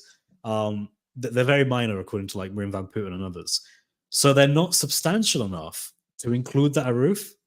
Like you can't cram it in there. There just isn't room to do it. Right. So right. It looks like, to me anyway, 6 out of 7 Aruf, or 6 out of 7 of the different ways the Quran was recited in, are lost. We don't have them. And so when dude, this is a mess. It's crazy. Yeah, there's no answer to this. They just play weird games of this. Maybe the Aruf is like all spread out between the Qira'at. And it's like, well, you can't tell me what the Aruf are. The Qira'at changed over time. Like many Qira'at is now lost because like Ibn Mujahid was like, no, stop doing that. That's wrong. How do you know that Aruf wasn't in that guy's Qira'at? You have no idea. So you have no idea of knowing what the Aruf is, how it was preserved, if it is preserved. And common sense tells us, no, in the Uthmanic recension, he destroyed them all. But they're all Quran. These people have no leg to stand on. You know, one manuscript page is better than the most outrageous claim to memory. And it's so convenient. And to Val, thank you very much. Short answer, nobody knows what ahruf means. It's a mathematical miracle. Allah knows best. All ham to Allah. Yes. And guys, by the way, I will be on with Val, second show with him on Thursday evening. That'll be 9 p.m. my time. We were trying to do Wednesday, but my schedule is crazy this week. And I mean, yesterday, Chris and I spoke, and I said, "Hey, look, I can do tomorrow. Can you do tomorrow?" Because otherwise, it would have been really difficult to schedule. And I'm having to do 9 p.m. because I will be running around like crazy. I'll be getting home late, and I'm gonna have to, So with Val as well, thank you. He was very kind enough to accommodate me, as was Chris. So yeah, we're doing our second part of our show on Thursday. I'll be discussing Martin Luther, the history there, and yeah, so hopefully see you there. I'll post the links as soon as they're available. So thank you, Val, for your generosity. Much appreciated. And I look forward to seeing you in a couple of days. Yeah, I want to go back to the slides here. I want to bring up this. I mean, these are things I will be discussing as I go step by step, page by page through my presentation. And you have these notes, and as I update them, the original set online in the cloud will update, so you'll have my latest notes. Haytham Sidki, Consonantal Dotting and the Oral Qur'an, 2023, showed that canonical and non-canonical readings have a common oral ancestor, out of which the variant readings emerged from perhaps shortly after the Uthmanic canonization. So this reinforces your statement. Let me just go see this summary. Let me actually just go there so that I bring up the notes so everyone can see.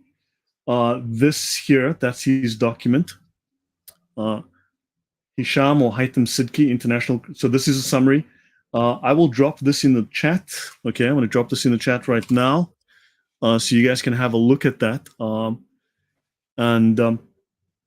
So there are lots of these readers you've never heard of. For instance, why didn't they use Ibn Kathir, Chris? Because Ibn Kathir is highly respected. I mean, Ibn Kathir is highly respected in Islam. Why did they give it a miss? Right? I don't understand that. Yeah. Right? And then why didn't they take someone who's early? Why not an early version? I mean, Ibn Amir, right? I don't understand. It doesn't make sense to me. So this is an article that Consonantal Dotting, and this is a summary of it by a guy called Marijn van Putten. So yeah, or Marijn van Putten is writing about this, right? A summary of Haytham Sidki's New York. Marijn van Putten, okay, by the way, Consonantal Dotting.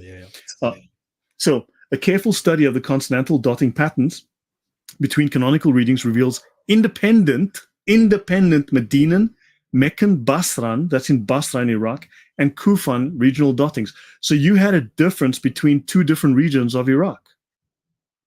Yes. So in Iraq, there were already differences, independent, and even Mecca and Medina had differences. And then the Basran version was close to the Meccan. People spread the common ancestor oral tradition into, no, but it was perfectly memorized through oral recitation. Where did I read that correctly? Oral variants? Yep, oral variants, yep. Accrued, leading to the emergence of dozens of Qira'at, 10 of which were eventually canonized, or 14, or 9, or 32. I don't know. I've got to take off my socks so I can count more than 10. I mean, so I have problems coming from Africa, but, you know, I mean, so don't make me remove my socks, please. It can be cold out here in Poland. So after which it was not possible to tell which, if any, went back to Muhammad. Two of the top scholars on the subject.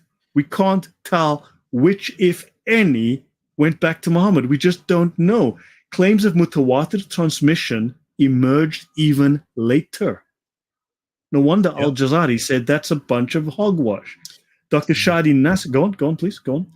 No. Yeah, I'm agreeing with this. Yeah. Exactly right. So Shadi Nasr thinks that the oral transmission underwent editing, scrupulous editing and revisions. In other words, lots and lots of detailed, heavy editing and revisions.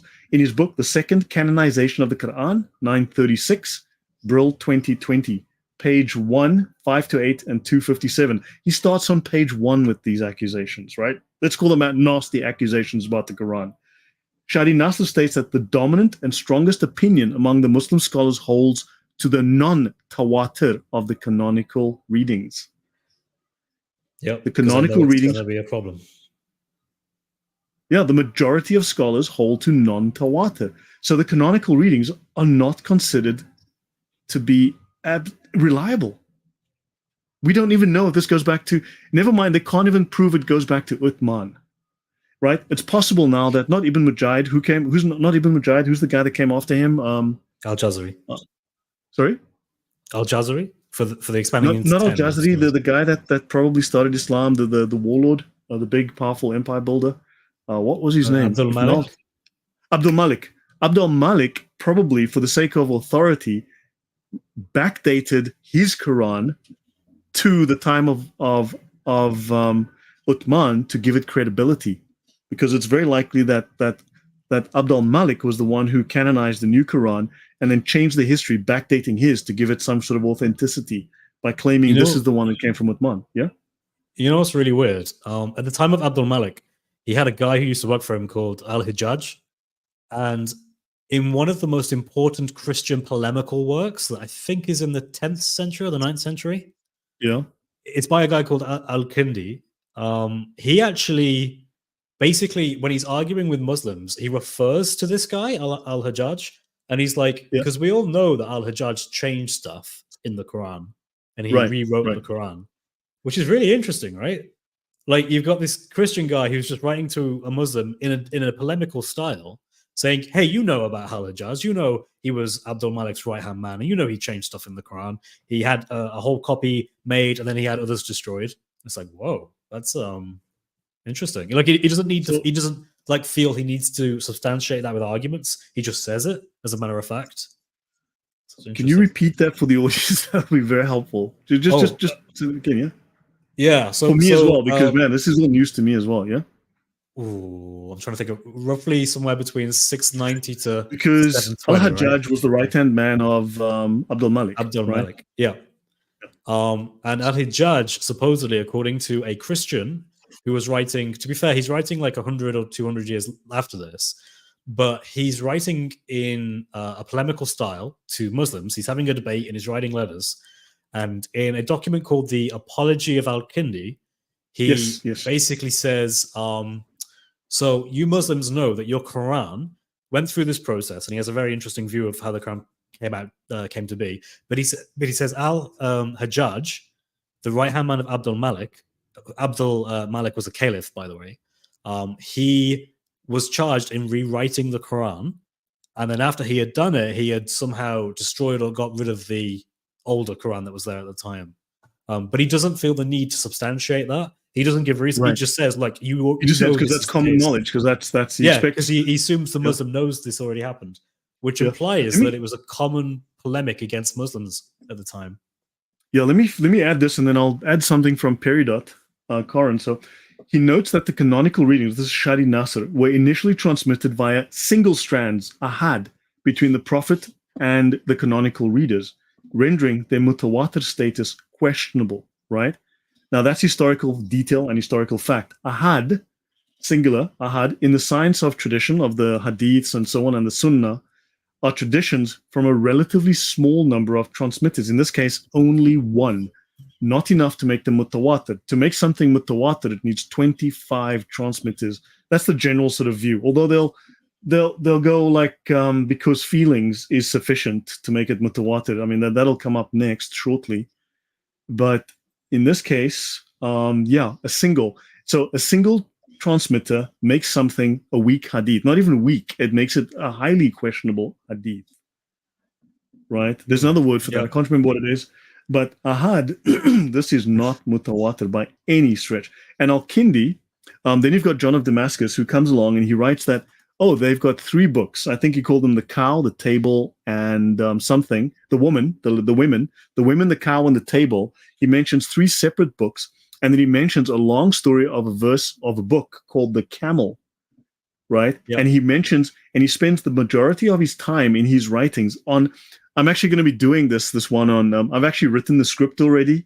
I just need to publish it. I need to edit and make a video and then publish. But the script is already written on my John of Damascus book, video. But so he writes about 3 separate books. He identifies 3 books, the cow, the women, and the table. And then he speaks at length, much, much more length, about the camel story, which is ridiculous. Camel that drinks up a river, camel that goes to heaven, drinks up the rivers, and the camel just upset, eats everything, drinks everything. That's like super camel. But this story is barely referenced in the Quran today. The fact that it is also suspicious because his claim is twofold. First of all, these are books. He calls them books. So supposedly there's a book of the woman. There's a book of the cow, which implies they're separate, right? And he also mentions the book of the camel. But he also, since he's talking about the camel, and since there is a story in the Quran that's referenced as a she-camel, it would seem to imply that there was actually a much bigger coherent narrative about that has since been lost, but the other chapters in the Quran did mention. because the Quran does that a lot. For example, you have Surah Al-Nur, which is like the story of Noah, but you also have Noah mentioned in other chapters. So that is quite common. So it seems as if at some point there may have been another chapter of the Quran. It just wasn't canonized. Yeah. No wonder Well, I Mo guess is it so never into made the these canon. camels. We know what they recommend about camels. Let me pause you a moment, guys. Chris's link is in the description. I think by accident I have an empty description box. It's very possible today. That's the one time in 4 years I've done that. But he's in the title. His channel is linked. Click the channel link. It'll take you to his channel. Please sign up, subscribe, and of course, for the 116 of you that are watching right now, if you guys could all hit the like button at least 3 times, which means because so give it a like if you do like my work. Do it twice, subscribe. Right, I'm getting these days 3-4 times the views than I did even 4 months ago, but I'm getting a quarter of the subscriptions, and I have no idea why. So if you guys like what I do, please subscribe. Please tell your friends, but do subscribe. Just as a reminder, I have to do all these YouTube things. Remember to floss, brush your teeth at least twice a day. These are important things. And by the same token, hit the like button, also subscribe, and go give Chris a watch. And so Chris, look, I understand the Muslims are not even listening. The Muslims are just pushing a narrative. They don't care about facts. But do you think that these facts have an impact? Do you think that if we can get these out and if people bring them up in private conversations on social media, make little videos, make memes, will this make a difference? Yes, I think it will. So it's the reason why I think this is particularly powerful is because it shows that Muslims have been lied to. The Muslims were told a narrative, usually from birth, that there is only one Quran and it's perfectly preserved. Oh, wait, there's actually 7. Okay, then it changed to 10. Then for a while it was 14, but those other 4 readings aren't really in use because I kind of lost. Okay, so the Quran isn't just one, and it's not perfectly preserved. The oral tradition we know was not perfectly preserved. We know there is nothing in Islamic fact. History, nothing in scholarship that claims that it's perfectly preserved. Yeah, and even that, like early scholars didn't make these kind of claims. It's later scholars who took advantage, probably of the fact that the 1924 Cairo version of the Quran gained such wide popularity that most Muslims just thought, oh, there's only one Quran because we all just have one Quran. And it's the like, Cairo no. edition. You guys were sold a particular kind of Quran and you all bought it. And for that reason, you don't think there is any others. It's a bit like if 99% of the world like had a King James version Bible and didn't have any other like translation. I mean, there's the difference here in terms of translations and actual different Arabic Qurans, but that's kind of the only way you'd see it. Like, no, look, it's obvious. Look, the king is on it, so therefore we know the king is in it. That's why it's called the king. I mean, hey, Jesus gave one to each of the apostles. Said, hey, read my book, make copies, spread it around the world. I mean, we all know that that's a true story. Funny stuff. But yeah, just to go back to the original point that sure. It does change, and it does affect Muslims. So I'm in the middle of responding to Hamza and Hamza's dad, John Fontaine, because they responded to my live stream with God Logic, where we went through a lot of the stuff about the Quran, although not in the same kind of depth that we've gone into here, but just sort of basic level. And they're struggling to kind of give reasons as to why the Quran is preserved. So it does make a difference. And the reason they cover it is because Muslims ask them. If Muslims weren't asking, hey, I heard, can you please explain it? They wouldn't do live streams about this stuff. They do it because we're effective and because Muslims do have questions. And if you're a Muslim listening, you should really ponder, why is it that you've been lied to? Why is that the case? Like, you shouldn't let people lie to you like that. You should know the truth of your own religion. Yeah, let me bring up sort of a last couple of points. We should wind down, perhaps. But I mean, this is fascinating stuff. So this is the non-canonical readings. Look, I'm going to be doing multiple episodes. I'm going to be taking my short videos on the Birmingham folio. I'll be expanding that. I'm going to be doing the Yemeni one as well to really take that apart and destroy every possible defense that they can bring. And I'll be going into things like Surah Al-Fatiha, and I'm going to be working on other Quranic material, going through much of the latest scholarship so that the audience will be able to use this material.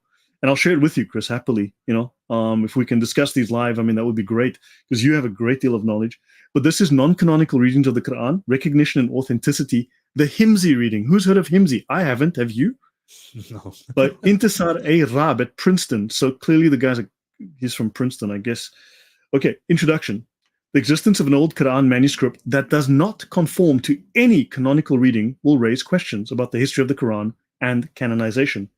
What describes the landscape of Quranical readings, Qira'at, before canonization, said to have been initiated by Ibn Mujahid 3 centuries after the advent of Islam? 300 years later. Isn't that a little late? Just a fraction? And he says, by what criteria did some readings fall inside the canon and some outside? Why did non-canonical readings persist? The British Library's quote-unquote oldest Quran manuscript is a non-conforming copy of the Quran that can inform inquiries into Quranic canon because it originates supposedly early, so the 8th century, right? And it provides a look at variant readings circulating before canonization. Hold on. So in other words, we don't have 1st century canonization. It's now stating we have 2nd century canonization. And it belongs not to the canonical Damascus tradition. Hold on. Damascus is where, Chris? Vastly further up north. It is not in It's the in Hijaz. Syria. It's not even in Medina. It's not even in Mecca. It's not even Arabic. It's not even Arab.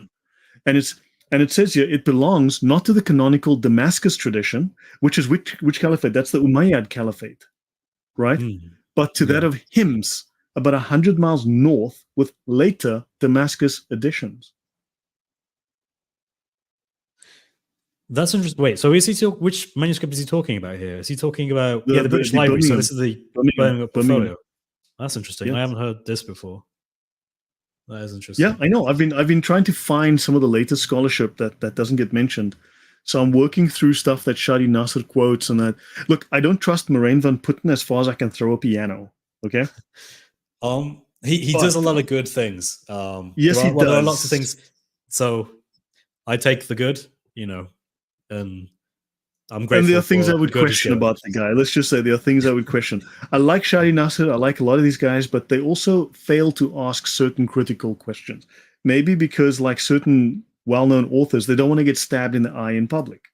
I can fully understand that. And Moraine van Putten probably doesn't want to lose his $2 million scholarship.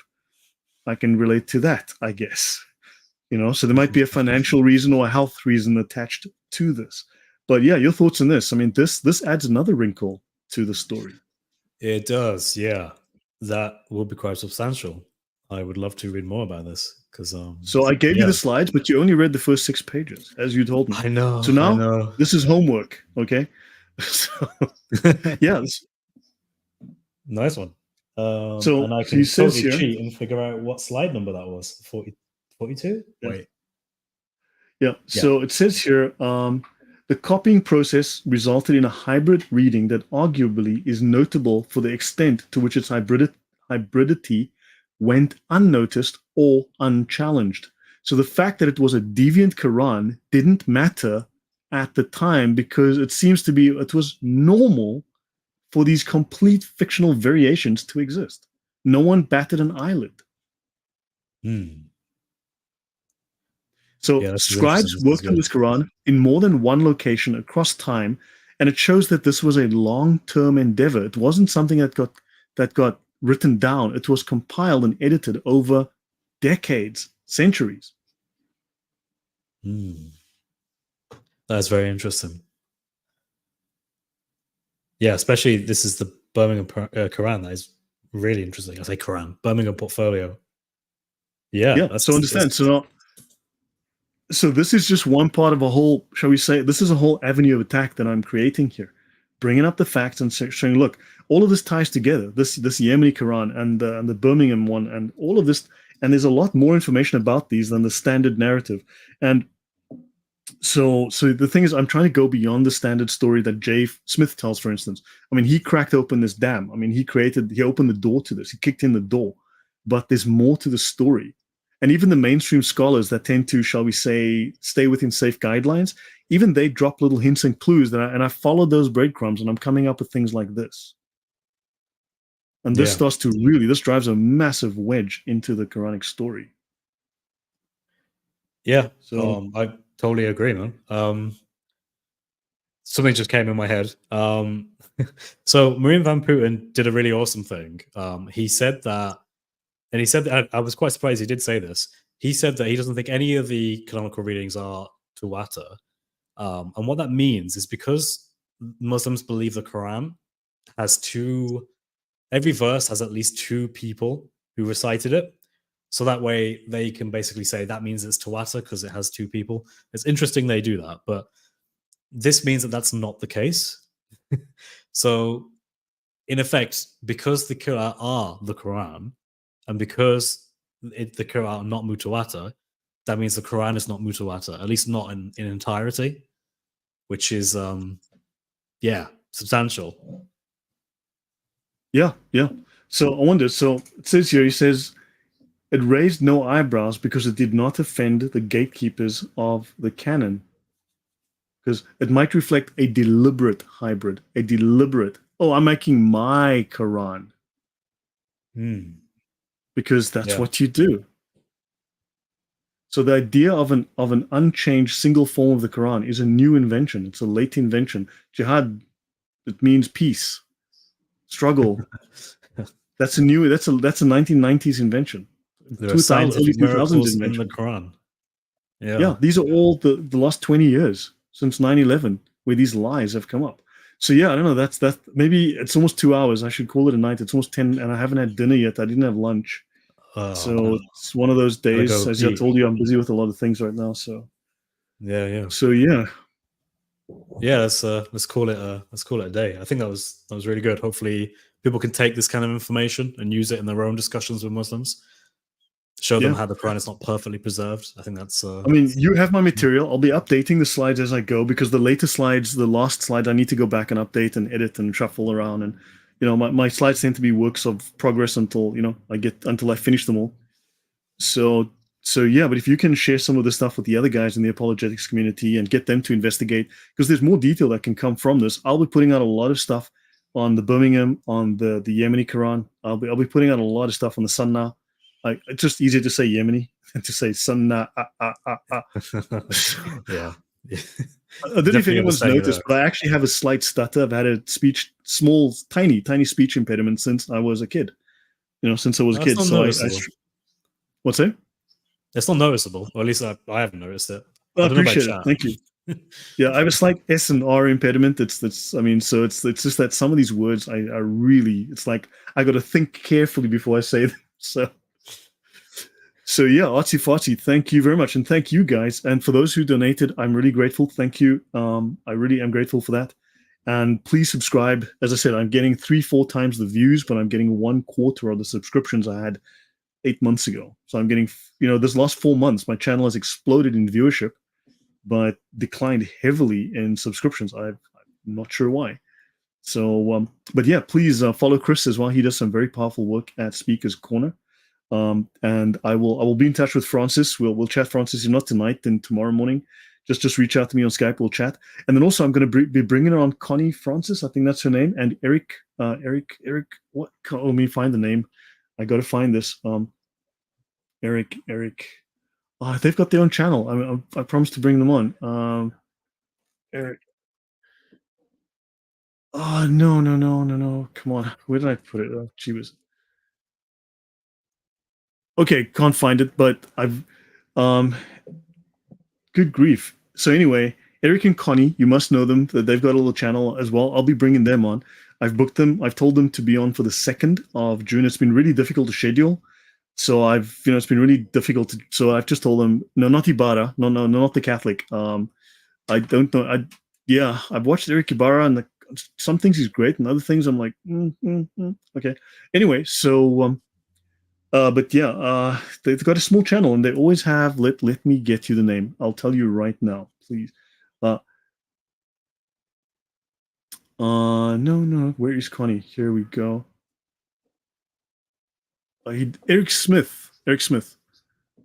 Okay, whatever. Okay, Cross and Crescent. Yes, thank you. Villainous, you always save my bacon. You always seem to have the right answer.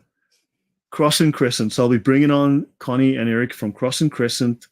I've planned them for the 2nd. That's Sunday, the 2nd of June. So that'll be great to have them on and to talk about their work, their channel, their interest, and to discuss some various topics. So I've got that going. Thunderous, hey man, we need to make something happen as well. It's also very difficult. This guy who brings the thunder is very difficult to schedule with. But then again, it's always difficult to schedule anything. Even I have timing issues. So yeah, Thunderous, we need to do something. I'd like you and Francis to come on. You both have a similar background. So anyway, last words from you, Chris. Yeah, I think we did. Well, you did a quite good summary there. I'm glad that we got to do the stream, we got to present this information. I think your work is amazing, Lloyd. Like really, even long before we even met and chatted for the first time, I was looking at your work and found it incredibly useful. Just in my study, you're a great channel to study from. And it's amazing to have this opportunity. So thank you for having me. And again, I hope this is useful to everyone who watched. Yeah. Thank you, guys. So look, we'll be in touch. I'm sure Chris and I will be back on the next couple of weeks. I am extremely busy. I will schedule things, but my time is very limited. I've got a lot to do. Thunderous, so are you, but thank you. Thunderous is a very smart guy. I learned a great deal. Thunderous inspired me. I learned a great deal from him. He's the one who inspired me on my atheism series. So you need to thank him for his knowledge, for his work, his research, his insights. And the man's he's a fantastic guy. I've met him. I was very privileged. He's an awesome dude. Good-looking man, too. Very good-looking dude. So stylish, sophisticated, awesome guy. So yeah, Chris, thank you. Thank you for knowledge, for your time. This has been fantastic. And audience, God bless. Take care, and we'll see you all soon. All right? God bless everyone. Take care. Take care. Bye.